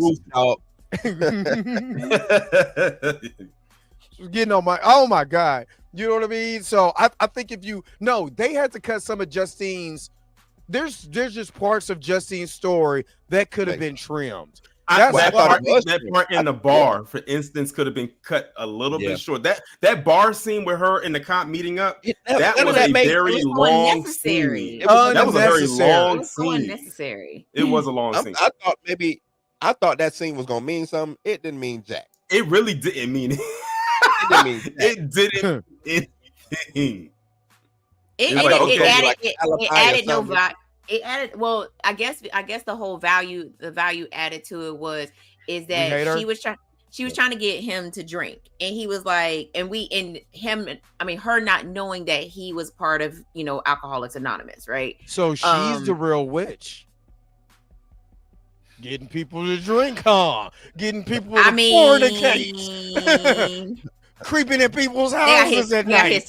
They got history. So but I think their whole conversation could have been cut shorter. Yeah, it was. It was very long. Like it was an unnecessary conversation. Boring, unnecessary mess. And all it led to them was her waking up and looking out the window, wondering why she can't go to work, and he's waking up in the bed. So we know that y'all smashed, right? So, obviously, and he was like, "Tell me we didn't do that." They put a lot on her. Yes, she did do that. You know what I'm saying? They put a lot on her being an alcoholic, just for like that to not even matter either. It didn't even matter. Her story, her character flaws. Unless it's like what Mika said. I'm trying to get y'all to hate her, but that ain't making me hate her. What's making me hate her? This story is making me hate her because it's boring. Right. That's what's making me hate her, not because she's uninteresting. They didn't make her. They made her a drunk that's following kids. That's following a kid and sleeping with married men. Like Yeah, I think at the getting beginning drunk. they tried to make us feel they tried to make us feel sorry for her because PTA it was her classroom and she did get attacked at the PTA meeting, right? But she immediately left the PTA meeting and went straight to the liquor store and went and got not one but 2 bottles of vodka. And you know what I'm saying? And it was at that moment that I stopped caring about Yeah. her. Lawrence, you know, cakes have layers. You know who else has layers? Ogres have layers. Ogres That's what have Rick layers. said. Ogres have Rick layers. said Yeah. ogres have layers. Don't Onions nobody have like layers. onions though. Everybody don't like onions. Parfait. That's what everybody love. A good parfait. The only redeeming thing that Justine really did was at the end when she blew the cop's head off and then she came in and blew the crackhead's head off. Like that's really the only thing. Like the only thing that made people be like, oh, like when she actually did something was that part. She ain't no Ellen Ripley, I tell you that. She dressed like somebody was creeping on somebody's kids that was told to get away. That's the way she was. Okay, so of course I will say this: the cinematography and the location, the way it was shot, was absolutely beautiful. I really liked when you got in the car and you got that perspective. Or like a door perspective, where you shut the door and you look directly at either the cop or Archer in their car chasing. You know what I'm saying? Like a first person view. Man, I love that. I love. There's certain parts of cinematography that was in here that I absolutely love. When it was dark or it was raining, it wasn't too dark where you couldn't tell what was going on. It was just enough. It was even when the kids was in the basement. I love the way it was shot. Because even when Auntie comes up, you know what I'm saying, it's scary. It's the way that she emerges from the shadow. All of that was beautifully shot. So I got to give that. I got to give. I don't know about y'all, but the part where the mother comes out of the house when Justine is in the car asleep and she comes and she cuts her hair. Then she kind of looked like, because when I saw that, then she kind of looked like. Didn't y'all see Black Christmas? The 2006 version of Black Christmas. Wait, hold on. Didn't she look like 3 versions of this movie? Nope. The one that came out in 2006, the most I would say the most recent version of it. But then she kind of looked like the one that the one that was living in the attic. She kind of looked like her. When I saw that, I was like, that's kind of scared me because in that movie, when I first saw it, she creeped the hell out of me. With the way she looked, them big eyes like this and that deep voice. But what was funny in that movie was when she knocked it down the wall and she just down the wall. That part was funny in that movie. But yeah, that part when she came out there and she pulled out them scissors, my whole audience was like, because we thought she was going. We thought she was going to stab her. And she cut the hair and then she walked off like, I'm like, nothing. What? Okay. With black screen. Next door. No, actually, it was before that when she came out there and walked out when she came out there and you just only see the camera on Justine and you heard the back door open and that's when he was like, she climbed in and through that back door. Okay, and I yelled out. I said she did. Okay, let me ask y'all a question. Could y'all see this as a play? Because I'm not gonna lie, this kind of remind me of a play that is now a movie. The way it goes from Justine to Archer. I can see this as probably have been maybe an independent short film that they expanded into a full-length movie. I think it's a lot for a play. But maybe not a play. Yeah, it's a lot for a play. Well, I would go, of course, not the car chase scenes and the beating somebody's senses with your forehead. Even like the kids and all of that. It's a lot for a play. Yeah, I was gonna say it would be good as a short film, like broken up into segments. Yeah. And then and the last segment of the short film is, oh, you mean like Barbarian? Right. Now you might make me want to see this movie. Go watch it. You go watch it. It's on Netflix. You have to watch it. We just telling you about that one part. We just warning you about that one part. Yeah. When me and Blue talked about that movie, that's exactly what I said. I said Barbarian is basically 3 short films in wrapped into one. Yep. Mm-hmm. Yeah. Because you'd be watching when I took my daughter to watch it. And the first act was over.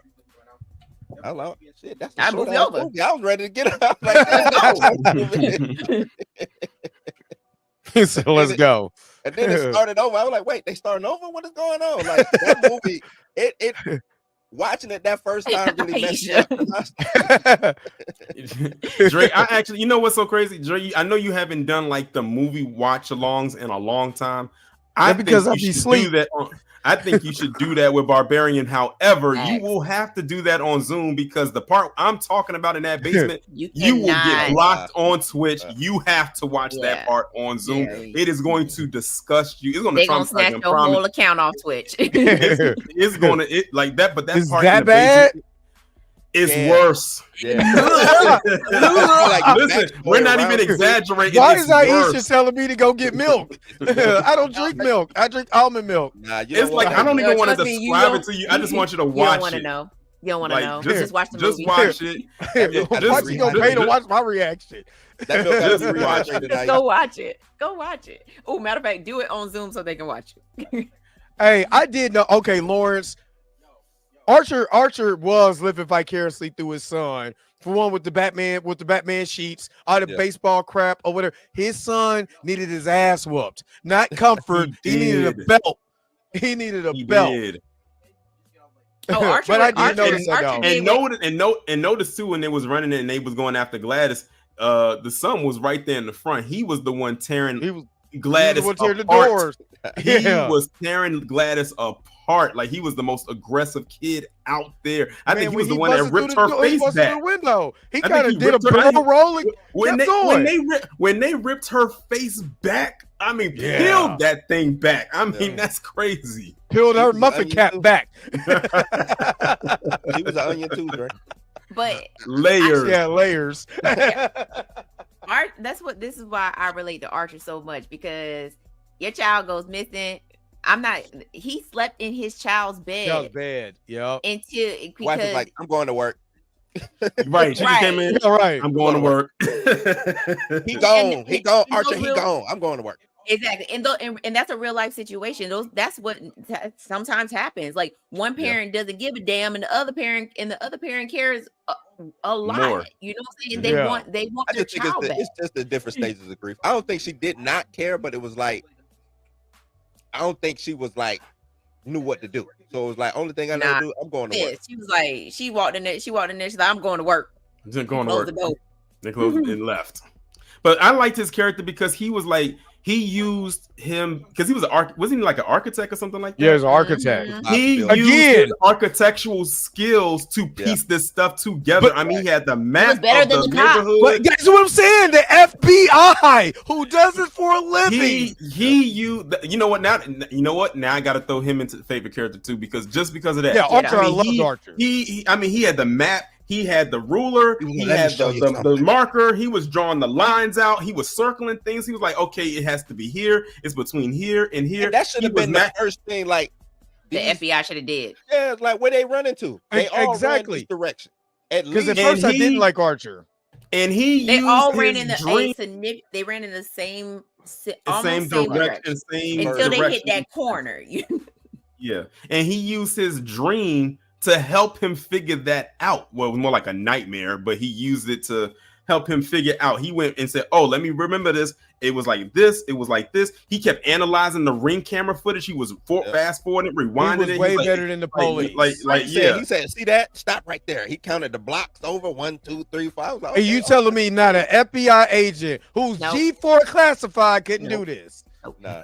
But the crazy thing was Archer saw the house in his dream, but he didn't when he woke up. I guess he must have mind wiped that. But Justine is the one that told him, like, that's Alex's house right there. Yeah. And he was like, and then when he pulled up to the house, he was like, that's the one in my dream. It's the one from my dream. Yeah. But that's what that's like. They was all having that dream. I wonder why they all had a connective dream like that. You know what I'm saying? And because plot. Whatever. He's in plot armor. Plot armor. Plot. To make this plot make sense to us that's writing it, we're gonna put this together. Because those are the only two people who had dreams. Nobody else had dreams, right? Just Justine and Archer. Yep. So yeah.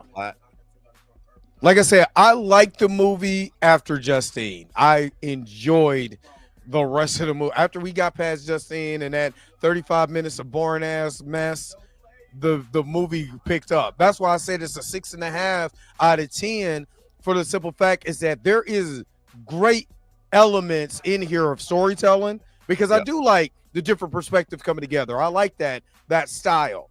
It's just because you make one character so uninteresting and then you make a kid more interested than the damn lead adult that I then got force fed through the trailers to come see.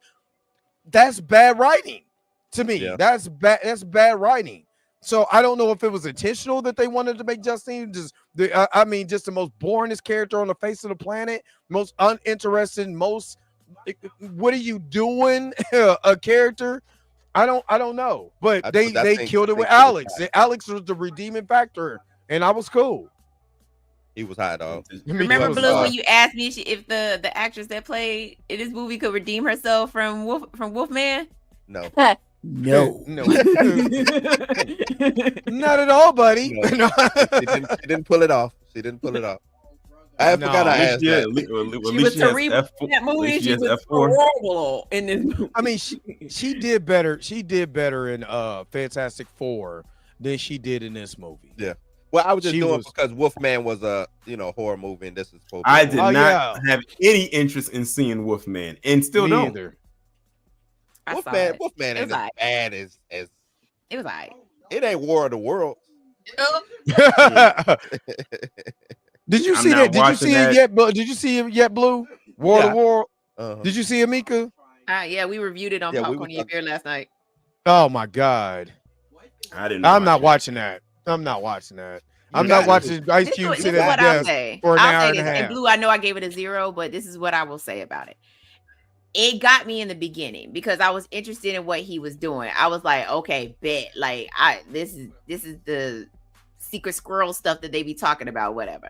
But once the alien showed up, and the alien showed up. I'm like, damn, dog, it's called World of Worlds. It's about aliens.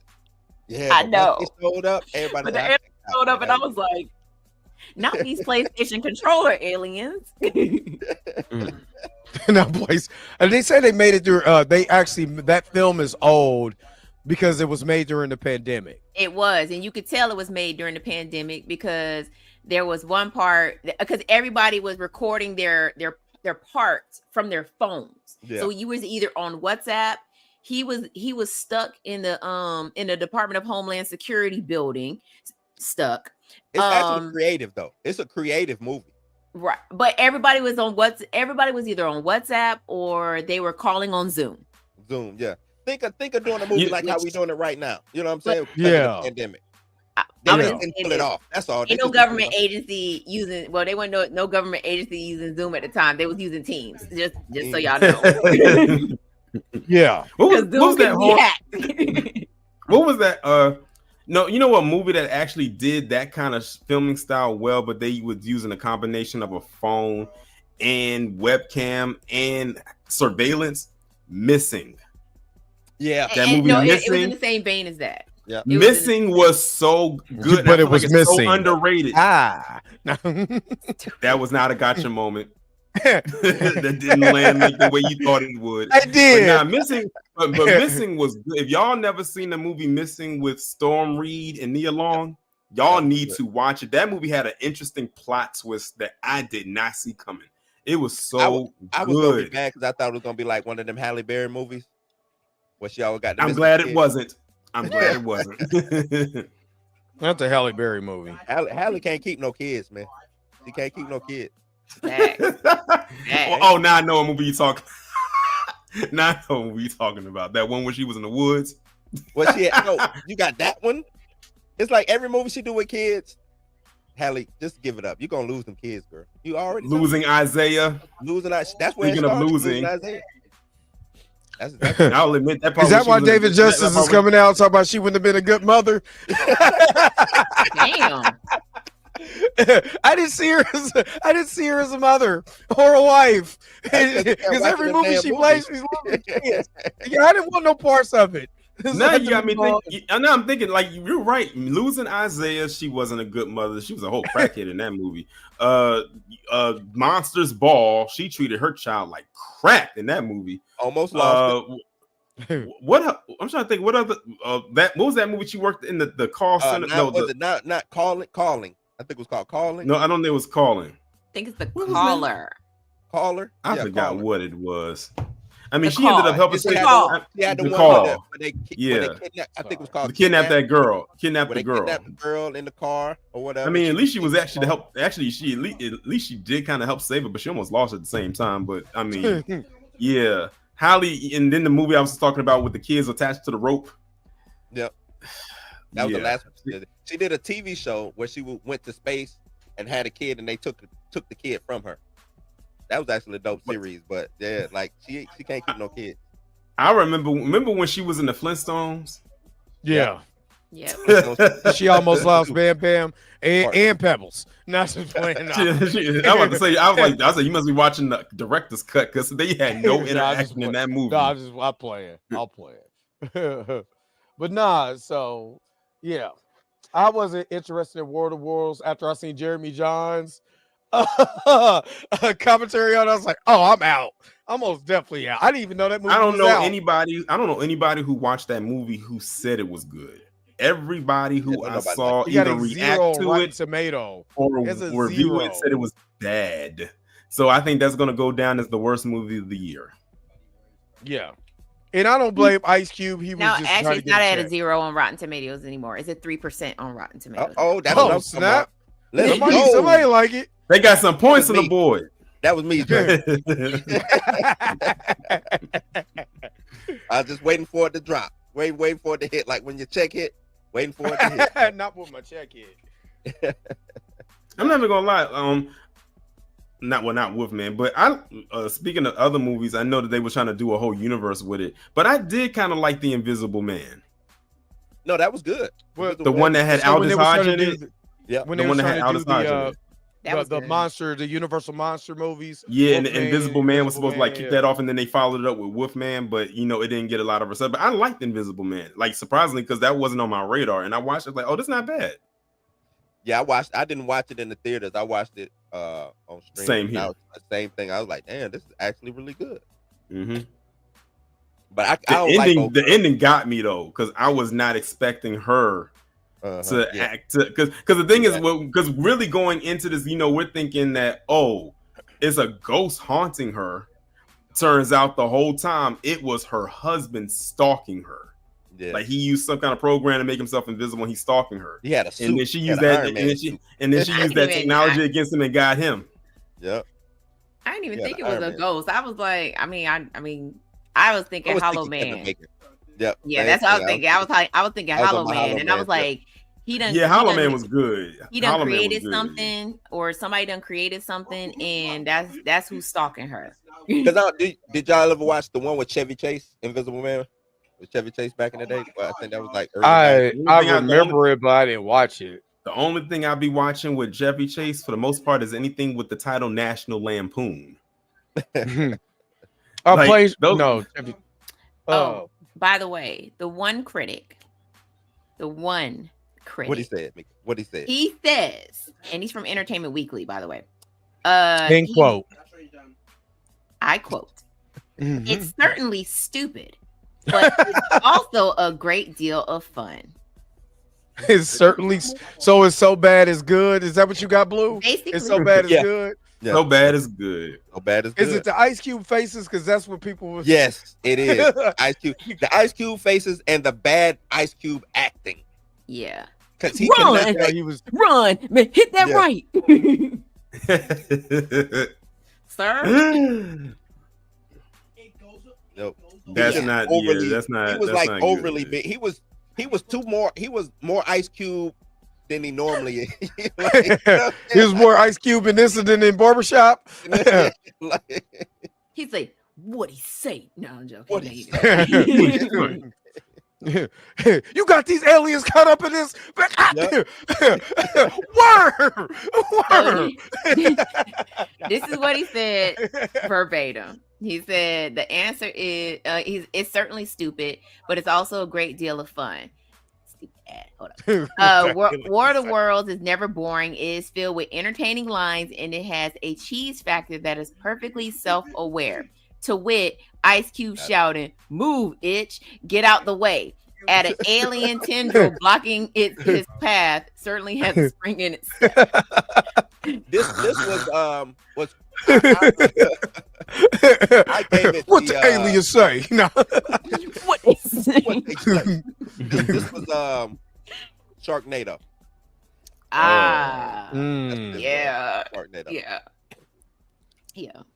And I wouldn't be surprised if we get another World of Worlds. I'm telling you. I didn't even know they were making there that. sequels. There are sequels to War of the Worlds. No, I'm talking about this version though. Oh, okay. Because I was gonna say they made a sequel to that Tom Cruise movie. I'm talking about this version. Yeah, I didn't even know that they were making did a remake of this until I saw people talking about it. And I was like, War of the Worlds. I was like, did Tom Cruise's version make a resurgence? And I saw Ice Cube, like Ice Cube, and then I was like, oh, okay. I did not. I saw everybody go in. I didn't know either. It's like it just came out of nowhere. But so again, that's all I'm gonna say. I'm gonna say this for the umpteenth time. We can get World of Wars, but I can't get a Knight Rider movie. What in the hell? We can say it in the 80s. Come on, guys, just get one Knight Rider movie. He's gonna be in that too. He gonna be Kid. And Dre is going to be the voice. And Dre, you are going to be the voice of Kit. Nah, that's gonna be Ice Cube. We're gonna go in here. We gonna get the drug dealers. We're gonna be out. And they ain't waiting on you either. Kid, I need an analysis. Well, what'd he say? You know what's so crazy? That wouldn't have been, you know how they had them versus movies like Alien versus Predator. You know, you had Freddy versus Jason. Could you imagine a Kit versus Christine? Kit versus Christine. Yeah, I used to. Hey, look, I got both. I used to. In my little kid head, I used to have them going against each other because you got Kit, Car, you got Christine. You know what I mean? Possessive car. Oh yeah, I did those in my little fantasy when I was a kid. With my you got the Turbo Teen car too? Hell no, nobody want that. What about Herbie? Herbie the Love Bug. You know what? That's the only that in the Speed Racer car is the only one that I don't have in my collection. And you don't have Speed Racing 1? Damn. I don't. That's the only one I don't have because they were so popular when they came out especially through Hot Wheels that they sold out, and then they tried to sell them people bought them and sold them for ridiculous amounts online. And I was like, no, ain't nobody want no Turbo Teen. This dude's face turned into the front of the grill, but what did the bottom part turn into? Oh yeah, put me up full of gas. Yeah, I like it right there. What? Exactly. Do you know Tori? You know Turbo Teen, right? Yes. So where do you think his tail? No. Exactly. Yeah, where the gas field is at. Like the wackest cartoon ever, man. Because like they try to make it in the vein of. Well, they try to make it like Knight Rider meets like sci-fi. So, you know what I mean? So that's what makes it so weird and whack. And they use the Knight Rider, like a bootleg version of the Knight Rider music from the beginning. And you can literally play that whole entire cartoon and won't nobody flag you because nobody cares. You remember they want you to watch it. Do you remember the cartoon? I mean, this Blue, this probably doesn't predate you, but y'all remember the cartoon Wacky Races? Yeah. I do remember Wacky Races. The part that always got me though was what was his name? Snagglepuss? The bad guy, huh? Dick Dastardly. Dick Dastardly. Yeah, him and his dog Muttley. Every time he got messed up, Muttley is over there cracking up. Dick Dastardly. Yeah. Hey, look, that's why I like that Scooby Doo. Was the Scooby Doo movie where they had all the old cartoons and they were in it? Oh yeah, love that.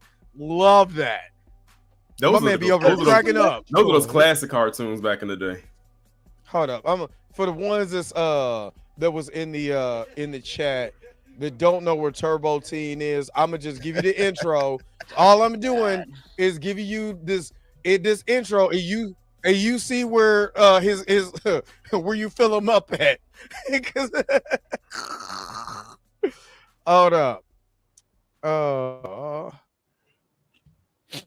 like I Kids said, were singing that as youngsters and probably didn't know what they were talking about until they got older and was like, huh? Wait a minute.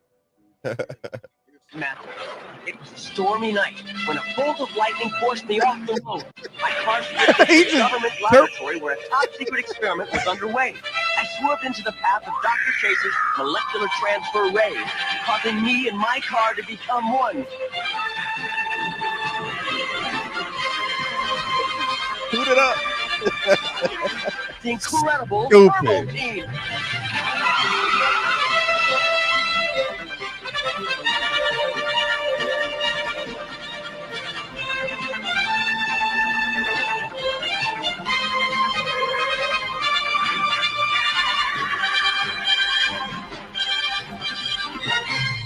If you see this on one of my next commercials, you know why. Old Turbo. I remember when Michael Jackson did that in the Smooth Criminal video. Yeah, but he did it better. Lamborghini. Exactly. That was the point. Matter of fact, they were selling that. They're selling that Hot Wheel too. That because it was a concept vehicle. Mm-hmm. They're selling that mug as far as a Hot Wheel. It's like a Hot Wheel, but it's not labeled Michael Jackson. It's just a concept car. Yeah. Mm-hmm. So yeah. But okay. Final verdict on Weapons. Is it better than Sinners? Is it the crack? Is it crack? No, the crack is what everyone is doing if they say that this was better than Sinners. Yeah. Like I said, I enjoyed the movie, but I wouldn't go off the ledge and say that it was better than Sinners. No. And that's a steep ledge too. Like that's like very with some jagged rocks at the bottom. Like it ain't no cushion to save you. It was fun. I gave it like this. The ending definitely saved it. That ending. It's regular. It's nothing to the hype. You know what I'm saying? We got the hype with the trailers and all of that. The hype does not justify the movie, or the movie doesn't justify the hype, I should say. You know what I'm saying? I will give it points. I will give it points because it's an original IP. It's not a reboot or a remake. And which, by the way, I said it in. I don't know if I think I said it somewhere else. Warner Brothers has been killing it this year. I think they are the studio. I think like single-handedly, studios wise, Warner Brothers is the studio to beat this year. Like I think someone has said it and made a point. Every movie that has come out under Warner Brothers this year in its opening weekend all made over $40 million. Yep. In its opening weekend. Yeah, they say they saved the theaters for this year. You know, this year. Yeah, like I think you had Minecraft that almost made $1 billion. Sinners did what it did. It became like another cultural phenomenon. It basically had that Get Out effect. Like, you know how Get Out was when that came out. It kind of had that effect. Then you had Final Destination, Bloodlines. I mean, imagine a movie coming out for the first time since 2011. That was the last one, and it did what it did. Then F1 came out, and it did what it did. Superman came out, and now Weapons. So Warner Brothers is definitely winning this year. I mean, they provided you with adaptations, continuations, and original IPs. Like they cover and superhero like all in one year, and they still got more movies to come out. So, hey, Warner Brothers, kudos to y'all, because I'm gonna be honest, y'all needed it because y'all was in the red for a while, and I think y'all probably still are, but I think that this is going to help going forward, though. Jay, no. You see what the informant just wrote in there? He said, was it better than I Know What You Did Last Summer? Hell yeah. That movie was atrocious. Now, that is a movie that they should not have rebooted. I saw that movie because, they were trying to hype up the post-credit scene. That didn't save it. Mika, did you watch that? No. I already knew who the killer was from the trailer. I already knew who it was. I was like, are you serious right now? Like, I think maybe we talked about that. I think she did. Yeah. I still haven't seen that too. I'm gonna tell you right now. You don't have to. You don't need to. Don't go to the don't. I know you got. I know you get the free movies and things like that. I only get what 4 a month. Don't waste. I ain't wasting my 4 a month. Don't waste your time. Like, listen, that movie is probably about to go on streaming soon. I think I'm they waiting for might that movie. What's this? It's Who gonna get bad. that? HBO Max? Who gonna get? I don't know. Last Summer? Coming on. I don't know what streaming platform that's on because I forgot who made that. I think it's Peacock. What's the other I What You Did Last Summer's on? Because it'll come to something. It was not on Netflix. Good. I mean, it's not even on streaming right now. I know what you said. Warner Brothers started off bad with Companion and Mickey 17. I don't think Companion. No, actually, I think I'm talking about as far as it making money. That's all I'm talking about, money wise. Oh yeah. Well, here's where they messed. Here's where they messed because I was going to see Companion. Where they messed up for Companion for me was when they dropped that second trailer and they revealed the movie. I don't know why they did that because when I saw it ambiguous, I was like, "Oh, this looks interesting." I don't know what I'm gonna watch, but when they revealed in the trailer that she was a whole AI, I was like, "Why did you do that? Why did you exactly? Why you revert? Yeah, a good reveal for the movie because I would have never guessed that from the teaser that she was an AI." And that was one of the blind. That's why I didn't watch it.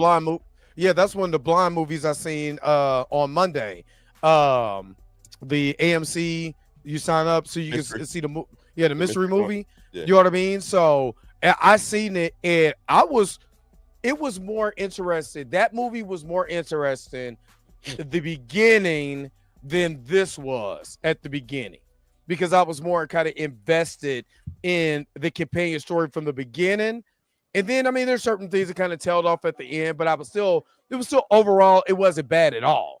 It wasn't bad at all. The difference between this and Weapons is that I was super hyped for Weapons. I'm thinking we about to get Killer Kids. We got to get, I mean, we did. I'm not saying we didn't, but it was just a hype.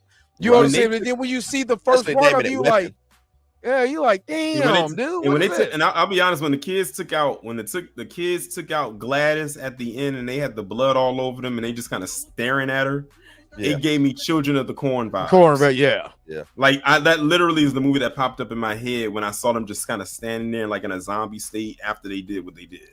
Hey, my thing is they've been selling more movies this year. My bad, Drake. They got. Go ahead. My fault. The Conjuring Last Rites, one battle after another, which I think is going to be good. That one battle after another, I think, going to be good. And then Mortal Kombat 2. So they got three. If Mortal Kombat falls flat, then I will be pissed. I hope that they can stick the landing with this one because people had a lot of issues with the first one. Yeah, why they talking about bald-headed Jade? This is the whole first movie was trash. Yeah, reason I didn't mind the first one, but I like the action. You know what I'm saying? But the beginning and the fatalities were good. I did like the fatalities, and it looks like they're gonna really up it in this one. And I think a lot of people compared it to the ones from the 90s, the original ones. Yeah, and I'll put it this way: it was way better than Annihilation. I will give it that. Oh yeah, it's 1,000 times better than that. Way better than Annihilation. Go back and watch the 9. I think. Annihilation is bad. It is. Annihilation. I went back and watched it. When I look at it now as an adult, as a kid, I liked it, but when I looked at it as an adult, I cannot watch it. I can't. I can watch the first one. I can watch that as an adult. And I watched all of it. I was like, nah. No, the acting in Annihilation is a god. It is parody level of atrocity when it comes to acting. What got me though, and it just popped up in my head, was when Shao Kahn had hit Raiden with that blast that killed him. Killed him. Oh, yeah. And then Liu Kang did that dramatic jump from here to there. Like it was from here to there. I'm like, you could have just stepped down. You didn't have to do this dramatic jump from here to there. It was a lot of dramatic jumps in that movie. It was a lot of dramatic stuff in that. It's just a stunt show. It's like American Gladiators or a stunt show. Ironically, you mentioned American Gladiators because Saber from American Gladiators. It was another show that was like American Gladiators called War or Wham, and they was dressed up as ninjas and they came. American Ninja. That's right. Yeah. You know what? It's so crazy. There was another show that was out back in the 90s, but it was for kids. What was it called? Global Guts. Remember at the end, it was on Nick. It was on Nickelodeon. Global Guts. Global That Guts. sounds like something else. No. It was Global Guts Part 4. It was basically like American Gladiators, but for kids. And I remember at the end, the kids had They to climb changed the this name mountain. to Nickelodeon Guts. Oh, okay. Okay. Yeah, but it I really know what started you're out talking as about. Global Guts. Global Guts. It's called That sounds like a freak video. I'm just saying. W Max Masters is what it's called. It was martial arts. And they also had another show they called Legends of the Hidden Temple. That was another show I liked too. Yeah, because the black dude with the real long dress from Mortal Kombat 1, the movie was on that show. Oh, the one with the braids? Yeah, with the real long braids. With the braid. Yeah, I know you talking That man had literally weave draped down the bottom of his butt. And nobody blinked an eye because he knew martial arts. No, that was Goro. You know, he had that high ponytail.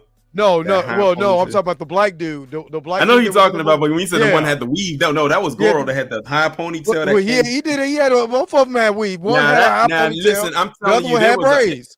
I'm telling you, it was a horse in the stable that was missing his tail here because they put that on Goro's head. That you could tell me that didn't come off a horse. And that Goro was still better than the other Goro. Yeah, that's the dude, the black dude. Yeah, the black dude. Yeah. Yeah. Matter of fact, so the guy at the bottom, the Asian guy, is the original motion capture for Liu Kang. Oh, Liu Kang, yeah, but he plays. Yeah, he's the original motion capture guy from Liu Kang. They said, because I watched this documentary, they didn't. Matter of fact, because the other guy played, I think the Italian looking guy with the yellow on. I think he played Sub-Zero in Mortal Kombat 2 Annihilation. Annihilation, because the Asian dude played him in Mortal Kombat, but he was Liu Kang in the motion capture. Yeah, in the motion capture, yeah. So some of those, that's kind of cool. But in the movie, the guy in the yellow was the second Sub-Zero, because it was like, my brother got killed in the original one. Shout out. Yeah. He said you killed my older brother. Yeah, shout out. Get out of here, you whack movie. Talking about this, Jay's bald-headed. That's not kid. You got one to go on the video game. And I just watched a whole video game where they had Outworld in the middle of the desert somewhere, with some CGI background. Shout out. Shout it out. And watch JB become a favorite character in the movie. Oh yeah. Right. And it looks like they giving her stuff to do too, because in Annihilation, I don't know what they had her doing up in that movie. Just being nothing. She was basically being eye candy. That's basically what it was. They didn't bring, but I realized they didn't bring the actress who played Melina back. You know what was so funny? When they had Melina in that movie, I know why in the trailers they only shot her from the waist up, because that girl was walking. Listen, Prime trailer. It was so funny because after I saw that Mortal Kombat movie and I had got on Twitter, the first hashtag that I saw was Melina Thick. That was trending for a while. She was in the show. Hashtag Melina Thick. What's the name of that damn? It was a movie first, and then they turned it to a show. But it was about it was a school of vampires, and she was like a half-breed vampire. And she had to protect the princess vampire, whatever. I can't remember the name of the show, but she was in that show, and I was like, okay, Melina, I see you. I see you. What you say, Optimus Prime? She had the Optimus Prime trailer. So, I wasn't expecting that until she turned around. I was like, oh my. And then I followed her on Twitter, and Instagram, and tried to find her on Facebook. And the thing is, I think they was doing the interviews or something like that. I guess when they was doing like promos for the movie, and I think they had brought that up to her. All she could do was just laugh at it. Because she said she had saw the memes and the hashtag, and she said I was just sitting there laughing at it. And you know what? If I was in her position, I probably would just laugh too, because those memes was hilarious. They were funny. Yeah, man. I'm not gonna lie. I thought that's who John. When it was the whole Cleopatra trying to find out who that was, I thought it was her. I'm like, Jonathan, boy. Hey, look, I ain't mad at you, Jonathan. I take an ass whooping. I take an ass whooping for that. Nobody, and she did not look like Melina from the video game, and nobody had a problem because she was over there with a wagon wheel. Melina Thick. Yeah, she was over there with the wagon, so nobody cared. Wagging a wagon. Nobody looked like their comic book counterpart in that movie besides Scorpion and Sub-Zero. That's it. So shut up. But anyway, let's go ahead and wrap this up. Final thoughts on weapons. Like I said, I enjoyed it for what it was. Like I said, the ending was definitely the highlight of the movie for sure. Don't put too much into it. That's it. Wait for streaming. They're trying to make it deeper than what it is to try to compare it to Sinners. No. I don't know why they even. I don't know why they made that as a comparison. You know why? You know why? I mean, well, you know why? I mean, yeah, but no, they're two different movies. Like, I mean, I know why, but I know and who's trying to push that, but it's not even close. Not even close. I don't even think it'll have even the same box office success as Sinners. I don't think it'll have the same. The thing is, the impact ain't there because once people go and see that it ain't what the trailer, you know what I'm saying? Because it's not a big payoff. I mean, we get the ending is the ending, but it's not a big payoff. It's just it's funny and it's what I'm saying. It's okay. I'm gonna ask Aisha, when you saw it in the theater, did you see it with like a majority black audience? Like I said, when watching a horror movie, rule of thumb, watch it with a majority black audience. That's the best way to watch a horror movie. I promise you. When I went to go see A Quiet Place, we actually thought we actually treated it like we was in the movie. Ain't nobody make a sound. You could have probably heard a cotton ball hit the floor. It was so quiet in there. Like we literally was in there quiet the whole time because we thought the creature was going to come after us. Remember, now that was good marketing. You watch that movie, you don't know what this creature looks like. See, a movie like that need to be watch the movie. You had movie like that need to be see now you're really trying to traumatize people. 4D, yeah. Movie for like a that quiet place, that's crazy. Yeah. Or like you put the headphones on and it's just quiet. You know, like yeah, man, you immersed. What's them rooms where can't no sound get in and all that? Man, that'd be crazy. Like a soundproof room? Hell no. That'd be dope. What? Hell no. You gonna have people in there fighting to get out. Claustrophobia, all of that, too much for simulation. You're gonna be like them kids when the stick got broken, they all coming up the stick. favorite scene. You got the headphones on and you hear it coming from your right side and it go to your left side. It pan out. Yeah. All right. My final thoughts. Favorite scene in the movie. You. You. Yeah, that part. Yeah, that part. I don't think anybody who sees that movie is going to argue that part was probably one of the best parts of the movie. So yeah, I'm gonna start doing that. Just walk on the river, and then start running, and just take off running with my arms out. Somebody gonna hit you drive rolling right cross, dog. Don't do it. I think I forgot who put it in the chat earlier. It was like, was it his strength or the crack? I think it was a combination of both because my man was super strong. So anyway, one thing we forgot to mention too was when he was getting arrested by the cop and he said, "You don't got anything that'll poke me and he put it in and he poked his finger with the needle, the needle, and he said, "Pop!" knocked him smooth right on out. But then when he got him again in the 10, he took 3 of those needles and poked him right in the face. At first I thought he was going to get him in the eye because it was very close to that eyeball. I was like, oh, that's crazy. But like what drug was he on? He had needles and was free and was a baser. That's what I was saying too when I was watching. I said, this guy is really on it. This guy's doing like 2 different hardcore drugs at one time, and he is scraping to get everything out of the remnants. Let me get some remnants to crack. Right. He needed that high bad. Yeah, that's crazy. I was like, okay, most drug addicts, got a drug of choice. They don't have needles and the motherfucking pipe. It's either they doing the pipe or he was doing like on the pipe and on the needle.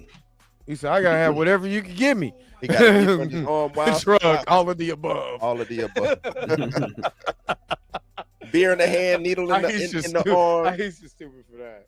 Crazy.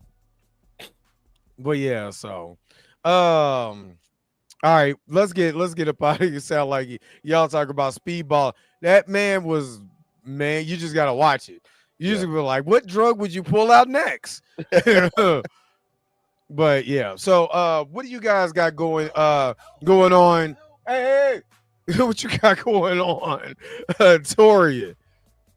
Well, tomorrow I'm gonna be doing a video. It's this viral video of this. It was this black guy. I forgot what state it was in. It was a black guy, and he was it was a water main break, and he was trying to help the guy out, and he didn't heed the black guy's warning after he flipped him off and everything, and he turned, and his car and his truck literally almost sank into the ground because of the water main break, and he got out of there. And then in the video he says, I'm glad you helped me, because usually I don't take words from what did he call them, from colored folk. Literally he literally said something like if you watch the video, that's like paraphrasing what he said, but he said something along those lines, and people was like, oh, I would have just let him and his car sink into the ground. But I also am doing a live tomorrow about the return to the land. The white settlement out there in Arkansas. Boo. Oh yeah, I heard it's like, let them have that. I'm gonna do a whole like reaction style video, because they did like a whole mini documentary. Yeah, like your documentary, on Sky News. I don't know why that's a big deal. Like they're trying to make it a big. They're trying to like make it seem like we're upset about it, but we're not.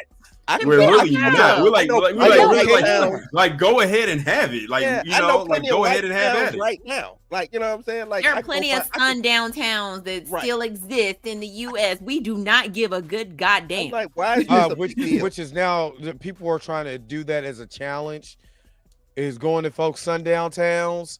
Don't play like that. Okay, don't play that. Don't play like that. Because you're gonna start a whole race war trying to be on. You know what I mean? And it definitely don't go through Valdor, Texas. Whew, I heard about Valdor, Texas. Mm-hmm. You gonna go in there and your ass ain't gonna come out. So challenge it if you want. Just like listen, just like that cop in Weapons, he went in there. He went in there and the sun was up. When he came outside and dazed and confused, it was dark. He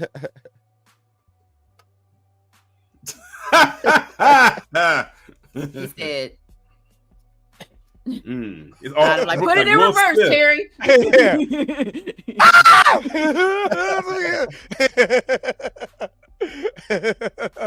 Blue, what you got coming up? Just blues news, man. Whatever's going on, I'll figure something out.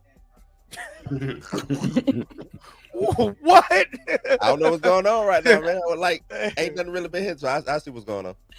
Oh, Mika G. No. And shout out to Mika G for the. Oh, I didn't mean to cut you off. No, go ahead. I was gonna say shout out to Mika G for the recent video that she did. That was a good one, because I wouldn't have thought about that one. Characters that shouldn't have died, that did die in these horror movies. That was a good one. Yeah, I still need to watch that one. Because everybody agreed with me on number one. They was like, yeah, that was messed up. Yeah, and I had gave you a couple of honorable mentions. Oh man, somebody left a comment and gave me 5 more, and I was like, might have to do a part 2. I was thinking that too. Samuel Jackson in Deep Blue Sea. He gave that speech, and that shark came up. He definitely deserved to die. Yeah, he deserved it. He deserved it. Drag by the shark. I had said Kelly Rowland and Freddy versus Jason. She deserved to die too. No, she deserved to die. She deserved to die. You don't talk Freddie. You don't talk the killer. But my man Freddie was like, doop doop, like there's a cartoon 2 of them character. out here in these woods. No, but what got me though was when Freddie was going back and forth between the main girl and her. He said, dark meat. See, no, but that's also, right. but then I had gave you the girl in Friday the 13th who was falling through the tunnel. Yeah, I thought she's gonna be, but you're right. There was no room. But for like two final girls. they don't have room for two final girls. Well, Which they one? can't. Well, they did, and they did, and I know version? what you did last summer, and that's why another reason why that movie was trash. Yeah. Which one? The first one? No, we talk about the talking about the Friday the 13th remake. This reboot. Yeah. Oh, yeah. But so I just recorded last night with Scott Frost. We covered he's a horror author. We covered session 9, which if you've never seen session 9 before, it is a great psychological horror movie. That was my first time watching it, and I actually compared it to Identity, and I was like, if I had to do a double feature, I would watch session 9 and then watch Identity, because they both deal with dissociative identity disorder. So that episode will be dropping on Wednesday. Tomorrow night, I am recording with Ryan from Horrifying Hot Sauce. He has like his own versions of hot sauces that he sells in Colorado that are based on horror movies. He has a film festival that he does monthly in Colorado. So I'll be recording with him. His episode will drop next Wednesday. And then I'll be recording with Justin from the Pop Culture Podcast, and we're recording a top five Nightmare on Elm Street characters. So he's gonna pick 5 and I'm gonna pick 5, and that will drop on Sunday. And then Wednesday night, that same Wednesday night, I will be I am on another podcast, Wednesday Night Frights with Josh from Real Talk. We just basically we just did an interview with the director from Human Hibachi. Okay, that movie is not great, y'all. But it's fun. It's not great, but it's fun. Like it's you just gotta have fun with it.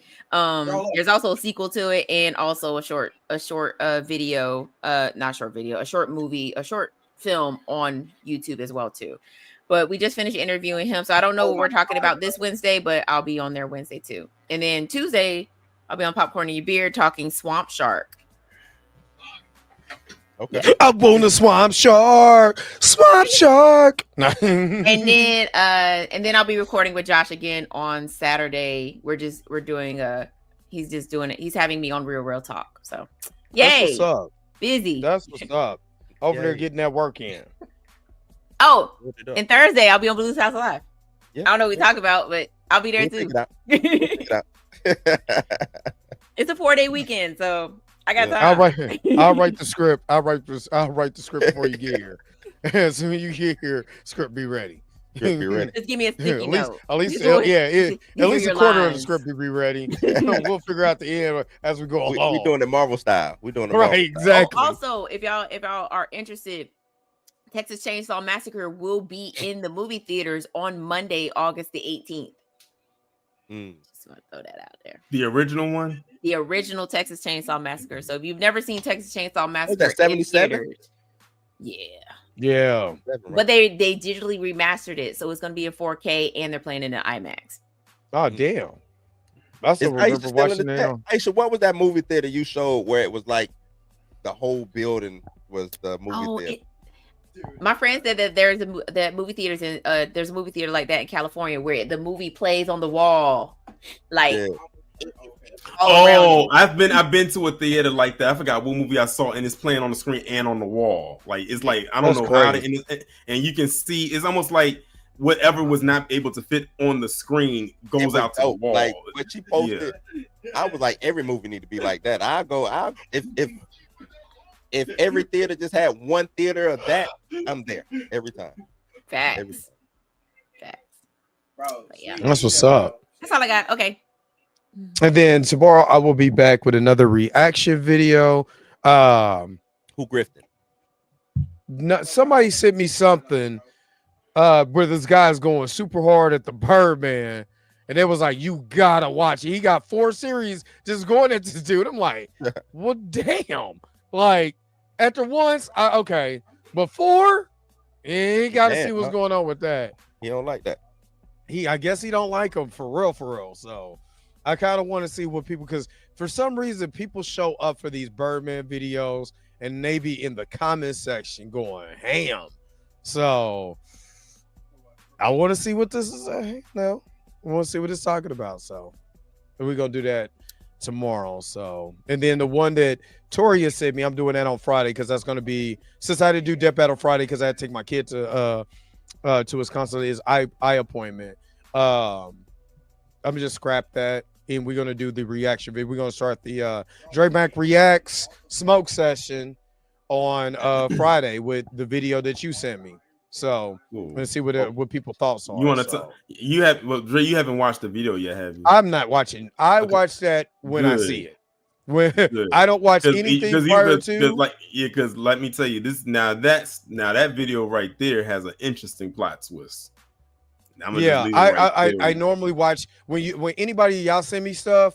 I don't watch it to the day. I don't watch it until I'm live. So that way I'm getting my natural reaction. I don't know what's going on. I'm not spoiled. So that's why everything, is so reactionary. So, and then Aisha asked you, what was the question, Blue?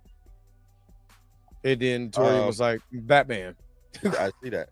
The theater that you had posted up that immersed the whole building or whatever. I was just wondering what was the name of that theater and where it was at.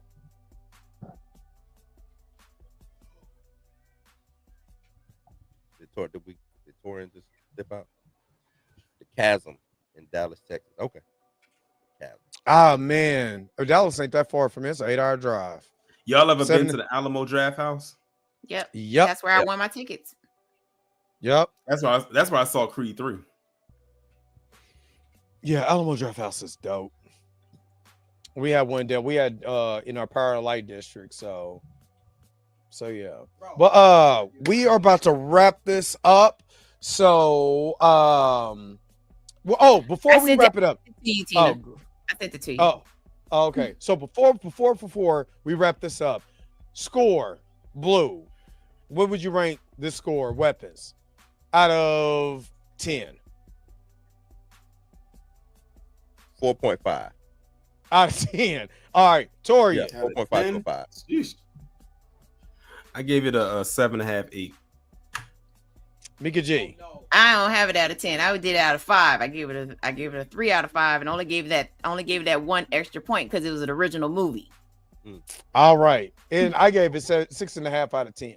So I would still say go see it. Go see it in a movie theater with black people.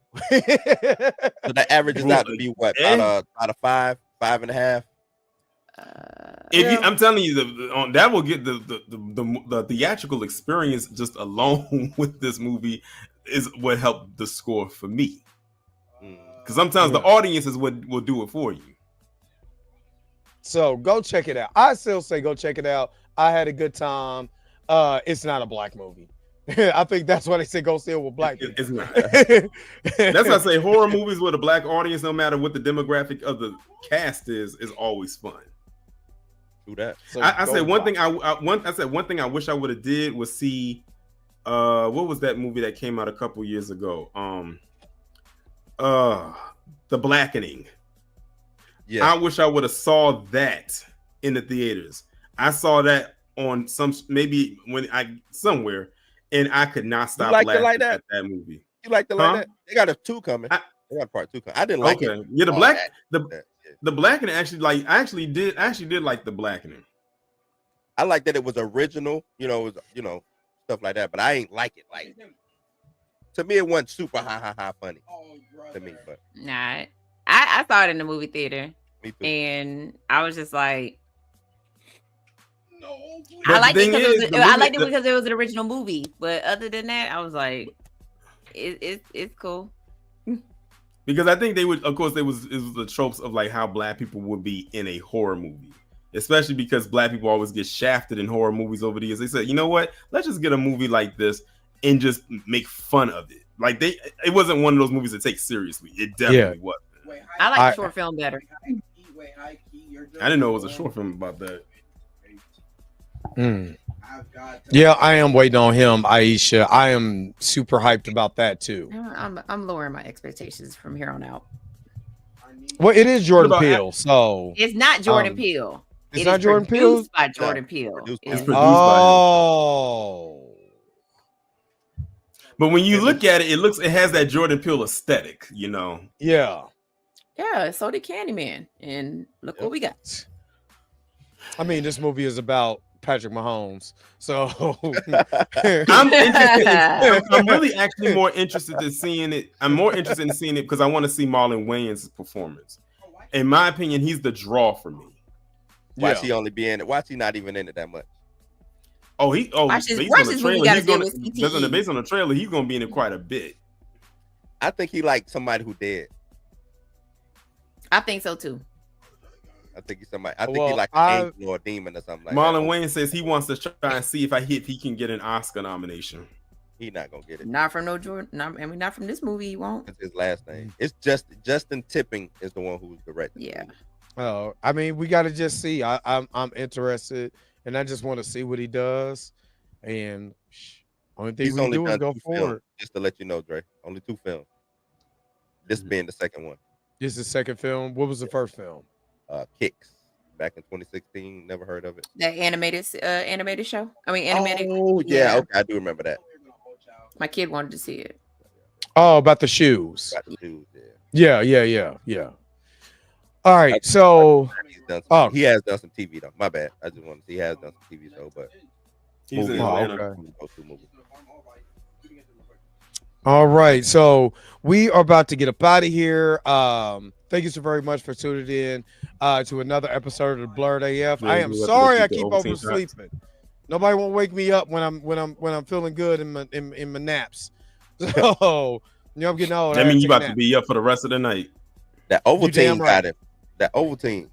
You know I work overnight, so I work overnight, so I'm always up overnights. So you living I'm always that band, like for real. Yeah, but I'm about to start writing my short film. So that's what I'm getting ready to do after I get off of here. So yeah. So y'all can critique my film and tell me it sucks. So for my man Tori Ray Reloaded, who is in here, for Blue, for Mika G over there. This is the Blerd AF. Make sure to come back in the morning for more of the Dre Max Show. Make sure you're checking out Mika G at Cinematic Nightmares. Make sure you're checking out Torian and Torian Rain Reloaded. Make sure you go to Blue's house, because Blue and knock over has the table. Something going on in his house. He just don't know yet. Knock the table over. For all of us, we say thank you, and we are out of here. Peace, vibe higher. Let's get up out of here.